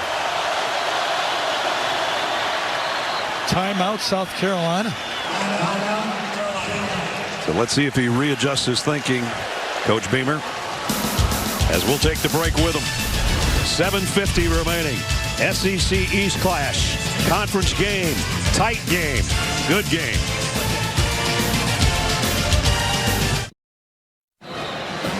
Calling all campers. Summer's just beginning at Camp Buddy Games. Head counselor Josh Duhamel puts friendship to the test when teams of best buddies battle it out in the ultimate summer camp competition. Buddy Games, new Thursday at 9, 8 Central on CBS and streaming on Paramount+. Well, you don't like to burn a timeout, but during that huddle, you look at your quarterback and go, we're going to go for this, right? And Spencer Rattler looks right at you. Yes, sir, we can do it. Look at this, right down the first down marker. 5 guys lined up. Xavier Leggett has been the big play receiver today so far for South Carolina. Spencer Rattler on 4th and long. Again, hurried by Georgia. Throws incomplete. Just a little short. Good defense. Georgia played the sticks. That's exactly how you got to do it. But Rattler just a little too easy on the throw. Went to a Tampa 2. Watch the safety split. And you get the linebacker, the deep nickel man in the middle. A little engagement, and then you throw it. He had him possible. Omega Blake just couldn't quite scrape it off the turf. Yeah, but Jalen Walker that time got him in there and just underthrown. So Georgia takes over on downs with 7:43 remaining in the 4th quarter.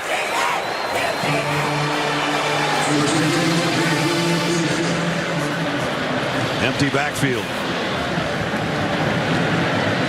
And now Cash Jones, they're going to give it to Brock Bowers, and he's not going to get much. Well, maybe he will. He does not go down. This is going to be a pass to Bowers. And it looked like he was going to lose a yard. He got tangled up with Williams, and he said, I'm going to take you for a ride. Hits him hard, and then he wraps him up, but it's too late. Bowers gets his momentum going forward. And he got almost 5 out of it.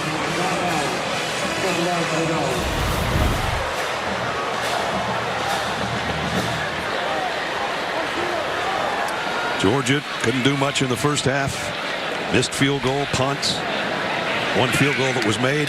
Now the second half, they're starting to pile some yardage up. Deshaun Edwards, and he's going to get close to 100. Remember Jenny's report about how Kirby did not know if his team could take a gut punch. Well, they took a gut punch, 14-3. Yeah. And I think he loves the way his team has come back, especially his quarterback. Has had a really good second half, opening drive, moved it. Probably exactly what this team needed. Nobody likes to be behind. Right. But what this team really needed was this guy, can he do it under pressure? 14-3 at home, that's pressure. And Kirby told Jenny, moment by moment, you can't get it all back when you're 11 points down. You got to get it in chunks. And now they're going to have to hurry to get this play off. Timeout. Yep, good timeout by Kirby. It's an important 3rd down. They'll talk it over on the sideline. We'll take the break along with them with 6:15 to go. Georgia by 10.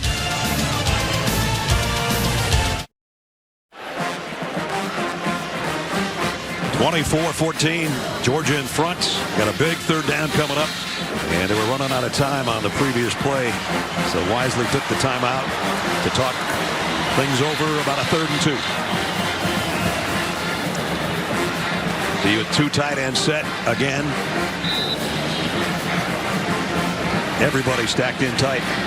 Dejon Edwards approaching the century mark on the ground. Will he get the carry? Nope. Going to be Dylan Bell hitting the backfield. Great job by South Carolina's defense, led by Debo Williams and Elijah Davis. Now they're going to force Kirby to make a decision here. Interesting, as well as that offensive line has been blocking, they went finesse on this play. They've been blowing this defensive line off, especially the right side of that offensive line. And, you know, the rest of the SEC is envious of the way Georgia plays tough, physical offensive line football on that one. They got a little cute. Timeout, just over 6 minutes to go, and a 4th down coming up.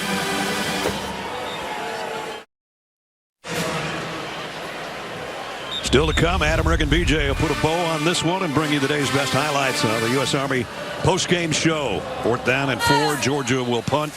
The first punt for them of this half, as Brett Thorson set to kick it away. Eddie Lewis is waiting back inside the 10-yard line.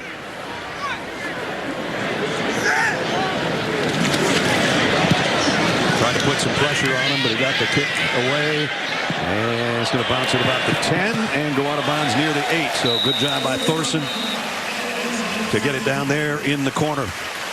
Let's take a look at our 4 game changer, or changers in this case. Yeah, as that South Carolina D was found out, this offensive line can still block, and they took over second half. Loosened them up, starting with the passing game. Then the right side of that line found some creases and made that beat work. And part of 21 unanswered points for Georgia.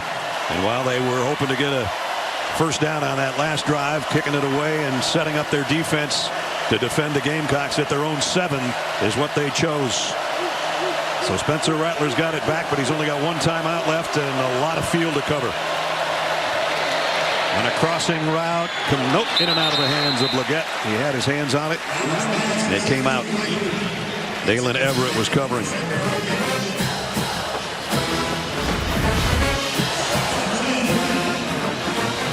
Good coverage you saw in that play. Second man coming in, kind of a half slant, kind of a lazy square in, and it didn't work. Second half, picking up yardage against Georgia has been tough for South Carolina. Rattler on a crossing route, and he threw it right to the umpire almost. He did, but he can feel that pressure now. He can feel those big bodies coming after him. Over the whole course of this second half, he's been having to scramble and throw with guys in his face. He can feel it again. See how he backs up when he throws the ball? 3rd down and 10. Crowd has been a big part of this second half for Georgia.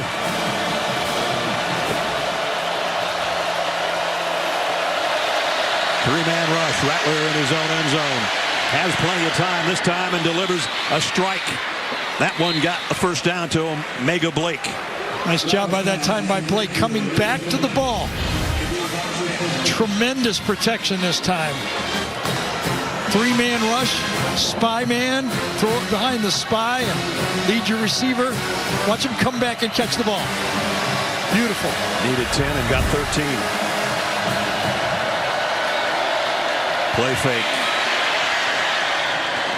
Chambliss was applying pressure from his linebacker position, and again, Spencer didn't have time to really set and deliver.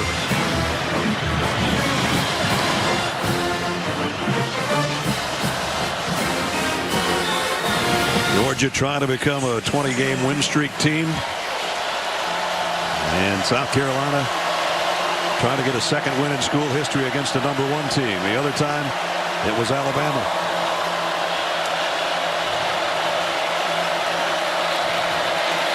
Rattler. Oh, dangerous throw that time. Smile London undercut that throw. It had to be thrown safely to the outside. Don't blame Rattler throwing it wide on this one because Munden underruns it right there, and he had to throw it high and wide. Excellent coverage by number 7, getting in front of the receiver. And Joshua Simon was the guy who was trying to get it to. Another 3rd and 10. Last time they got it to Omega Blake.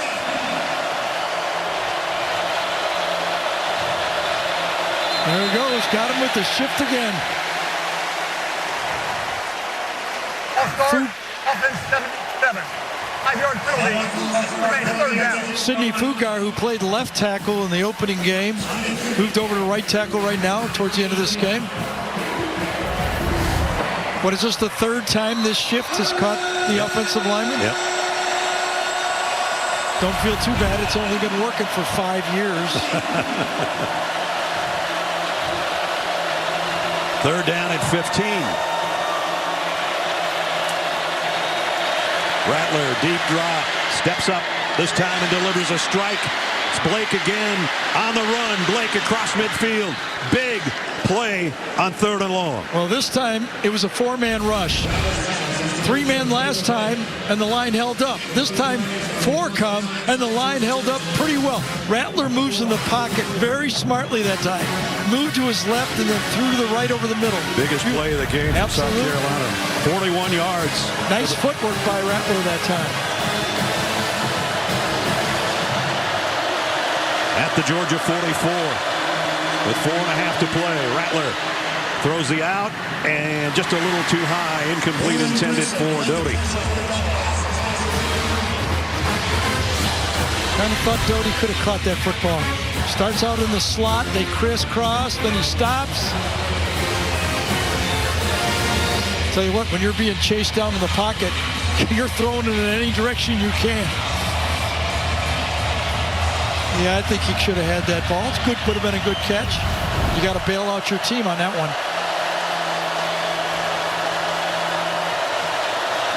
Georgia thinking blitz. They're going to bring it. Rattler directs some traffic and then lobs it over complete. 1st down, and down the sideline goes Simon. And we got a flag down. Ja'Kai Moore, number 55, is going to get called on the hold that time. Well, bringing it back.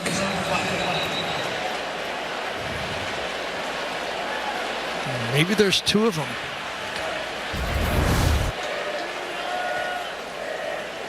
Holding. Offense number 55. Yep. 10-yard penalty from previous spot. 2nd down. Zion Logue is the guy he kind of pulled down as he went by him.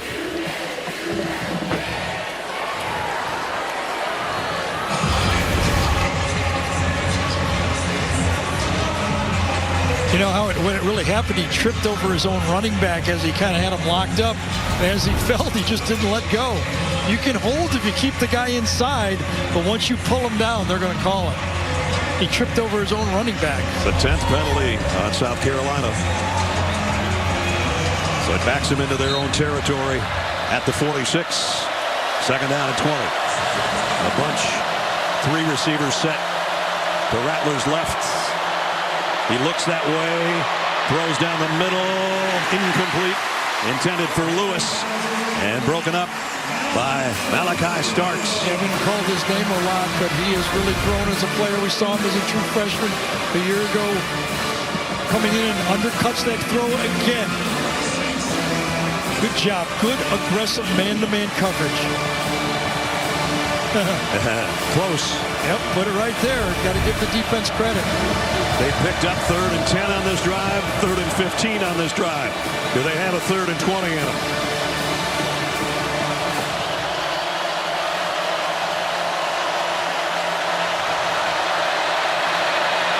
Rattler, pressure coming late again, and into traffic and intercepted.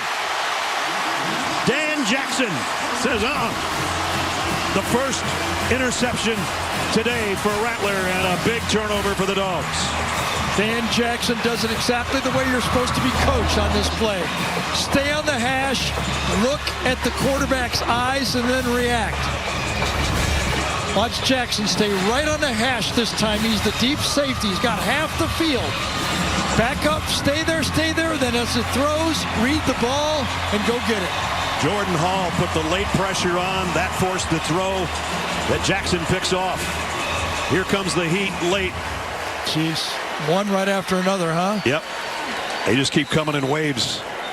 Well, an offensive line that's challenged in normal situations, end of the game like this, very difficult. I said the first interception of the game for Rattler, the first interception Spencer suffered this year here in week 3. And Dejon Edwards, that's the way you go over 100 yards on the ground. You blast a big one all the way to the 41-yard line. Still wearing that right knee brace. But he looks like Edwards running, doesn't he? That's just how we've seen him in the past. Really elusive. Hard to hit him. Hard to get a big hit on him. 113 and a touchdown now for Dejon. And more importantly, South Carolina just one timeout left, and the clock is running, and Georgia will use as much of that clock as possible.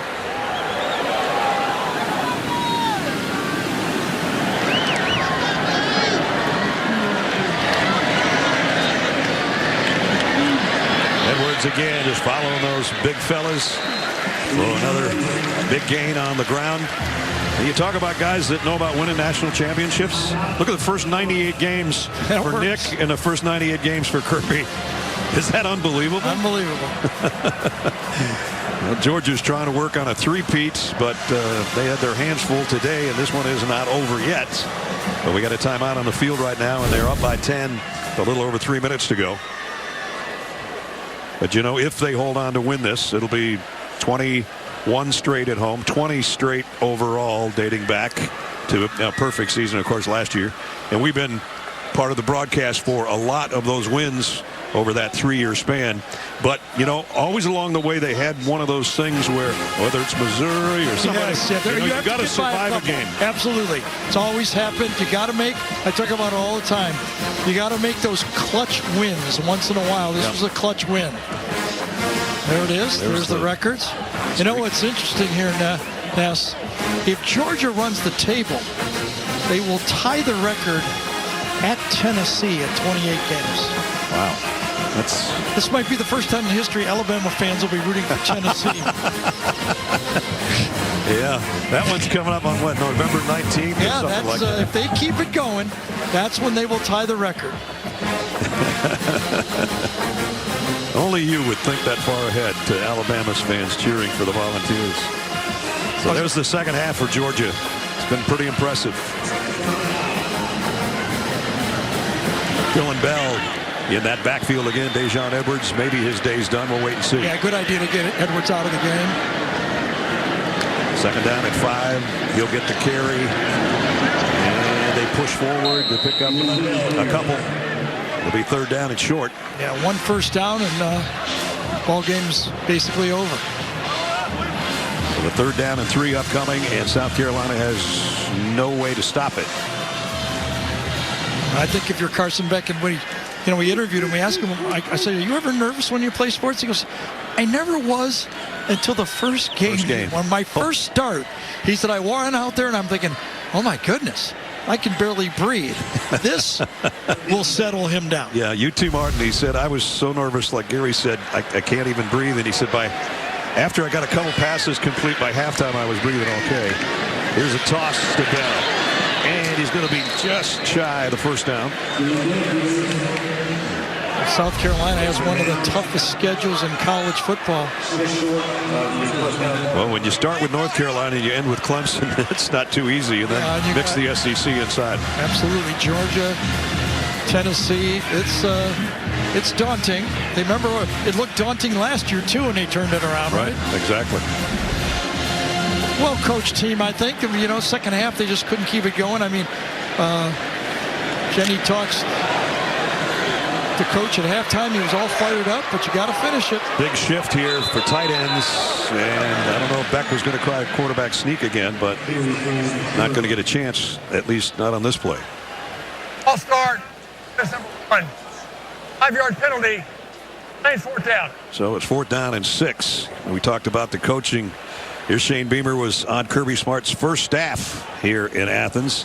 Said he learned a lot from him, but they're good friends, too. I mean, they go back to the lake, and they play golf together. It's always hard when you got to coach against a friend, but I think South Carolina's in pretty good hands, and I think Georgia's in pretty good hands too. Kirby's a little fired up right now because they wanted that 4th down. So still a minute 40 and still a chance. Eddie Lewis will drop back and wait on Thorson's punt.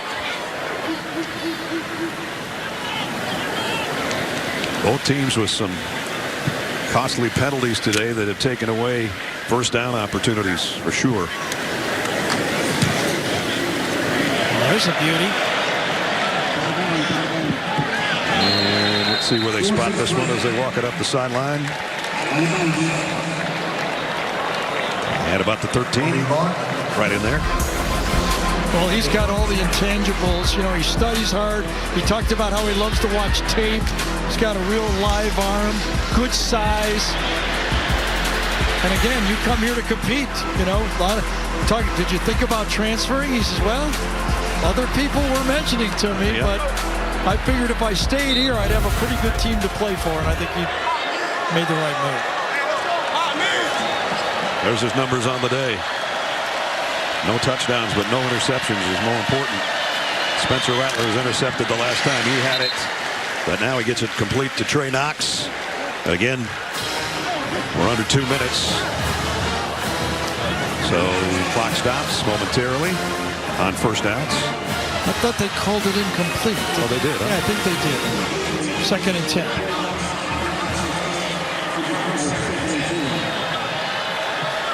And Trey Knox shaken up too, trying to make the catch. So 2nd and 10 from the 13. This one is complete and taken out of bounds. Joyner and a flag.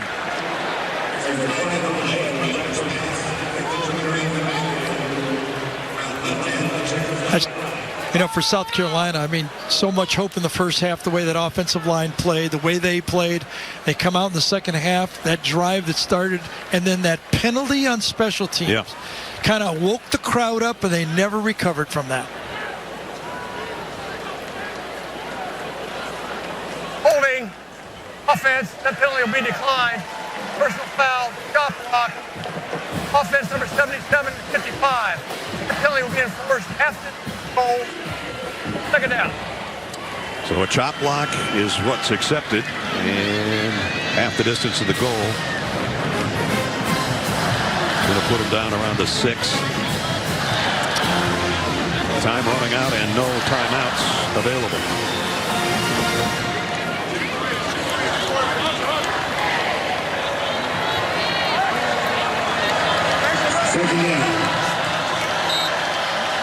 A lot of those incompletions due to the pressure applied by Georgia and their front.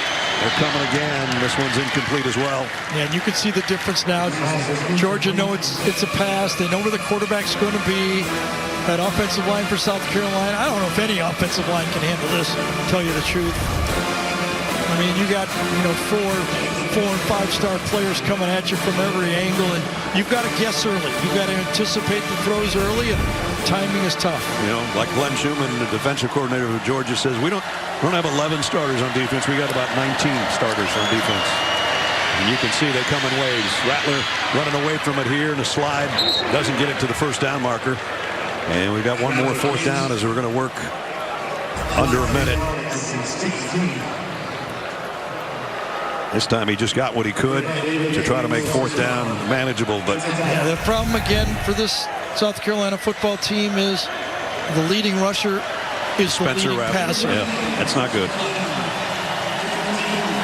They did get a touchdown on the ground today from Joyner, but that was out of the Wildcat formation, and it was a short touchdown.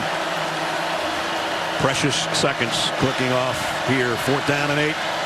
Might be the final snap for Spencer Rattler from his own 5. Flags are down. It's probably going to be a holding call, and he'll be run out of bounds. He's getting a little tired, I think, right now. Yeah, but he's got nice moxie about him, though. He's going to get an opportunity to play in the NFL. That's his dream. Talked to Shane Beamer about it. We talked to him like, that's what he wants to do. That's what he wants to be. Very dedicated. Has grown a lot. You can see it. He's got a lot of skills.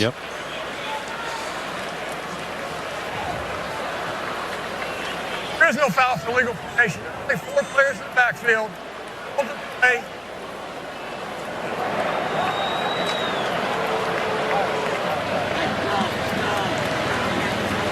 So they pick another one up. And it's down to a 4th down right here. First he got a first down. He got the first down. Yeah, this is sort of the part of the game that I sometimes don't understand. I mean, you just don't want to get anybody key player hurt here at the end of the game because deep out, intercepted. Picked off by Georgia. That'll do it. And it's Tyke Smith, who has spent 2 injury-riddled years here in Georgia waiting for his opportunity, and he just comes up with the game-deciding play to finish things off. Yeah, he's the one that the players feel happy about getting in there, getting his chance, and getting his pads. And getting the turnover.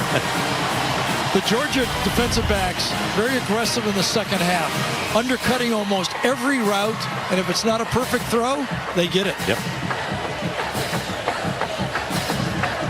And it looked like Lewis was going to snatch that one, but Tyke Smith says, I got there first.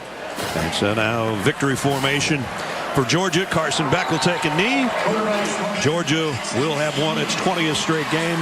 Its 21st straight at home. Kirby Smart's 84th victory. And the friends meet at midfield. Good football game. SEC East as the conference gets started. A lot of mutual respect between these 2 clubs. 8th team in SEC history now to rack 20 straight together, 20 straight or more. Spencer Rattler, he didn't win the game, but he probably won the hearts of a lot of teams. Yeah, I think the combination of this game and that North Carolina game when he hung in there with 9 sacks shows a lot. The whole South Carolina football team showed me a lot. Yep. It was a good first half. They just couldn't hang long enough. So it's 24-14 the final. And the Dog fans who were nervous in the first half feeling a lot better now that it's all over. Now it's time for the play of the game presented by Jersey Mike Subs. And it came with a preferred walk-on with one of his big plays of his career at Georgia. Cash Jones takes it to the pylon for the touchdown. Scott Howard called it like this for Georgia radio. 13 yards and a first down. Cash Jones, Cash Money to the house, right side, touchdown! Broke out of a big hole on the right, sprinted to the pylon, and got in there standing up. Cash Jones with the score. Part of the Bulldogs ground game today that really came alive in the second half, and a win for Kirby Smart, who's with Jenny on the field. Coach, it was a tale of 2 halves. How was your team able to accomplish that feat one moment at a time? Just that. One moment at a time. We talk about it all the time. Moments are precious, and there's a lot of them in a game. And if you can just win one at a time, you got a shot. If you let the last one bother you, you're going to be in trouble. And this guy didn't do that today. He stood in there, played well, lost a tackle, and kept banging the ball in there. You said you would learn about the identity of this team, so what'd you learn about them today? They got resiliency, they got toughness, and they better get a lot better. Congratulations, Coach. All right, Carson, come on over here. How would you grade out your first SEC start today? Obviously, it didn't start as well as we thought. You know, the conditions were a little bit weird. We didn't really get off to a hot start, but, you know, we kept our mentality. We stayed composed. We came out in the second half, and I thought we really turned it up. Your defense also turned it up in that second half. You know, they really shut down South Carolina. How was the offense able to build off of that? Yeah, absolutely. I mean, we came out the first drive, came down, scored, and then the defense started making plays, 2 picks there at the end. You know, we feed off of each other. You know, if they're down, we pick them up. If we're down, they pick us up. So, you know, it's just feeding off each other. It's football. You told us you were nervous for your first start of this year. Were you a little nervous out there at any point today? No, I felt good. I felt comfortable. I felt poised. You know, I just tried to go out there and just be myself. That's all I got to do. Congratulations on the win. Thank you so much. Thank you. 3-0 as a starter. He'll take it. And the Georgia fans go home happy. Good football game, though. They had their hands full all day. I think all in all, this game could have not been any better for Georgia. They were tested. Kirby wanted to be tested, and they answered. So they're the #1 team in the country. Will they be next week? Because of this outcome, we'll have to wait and see. But a tough SEC win they'll put in the books. That's going to do it for Boom, UGA 10, UGA 11, I should say. And Gary Danielson and Jenny Dell and Gene Steratore and our entire CBS crew, Brad Nessler saying so long. From Athens, final score, the Bulldogs 24, the Gamecocks 14. We'll send you back to Adam Zucker and company for the U.S. Army post-game show right after these messages. From Athens, we say so long. Next week, we'll see you in Happy Valley under the lights.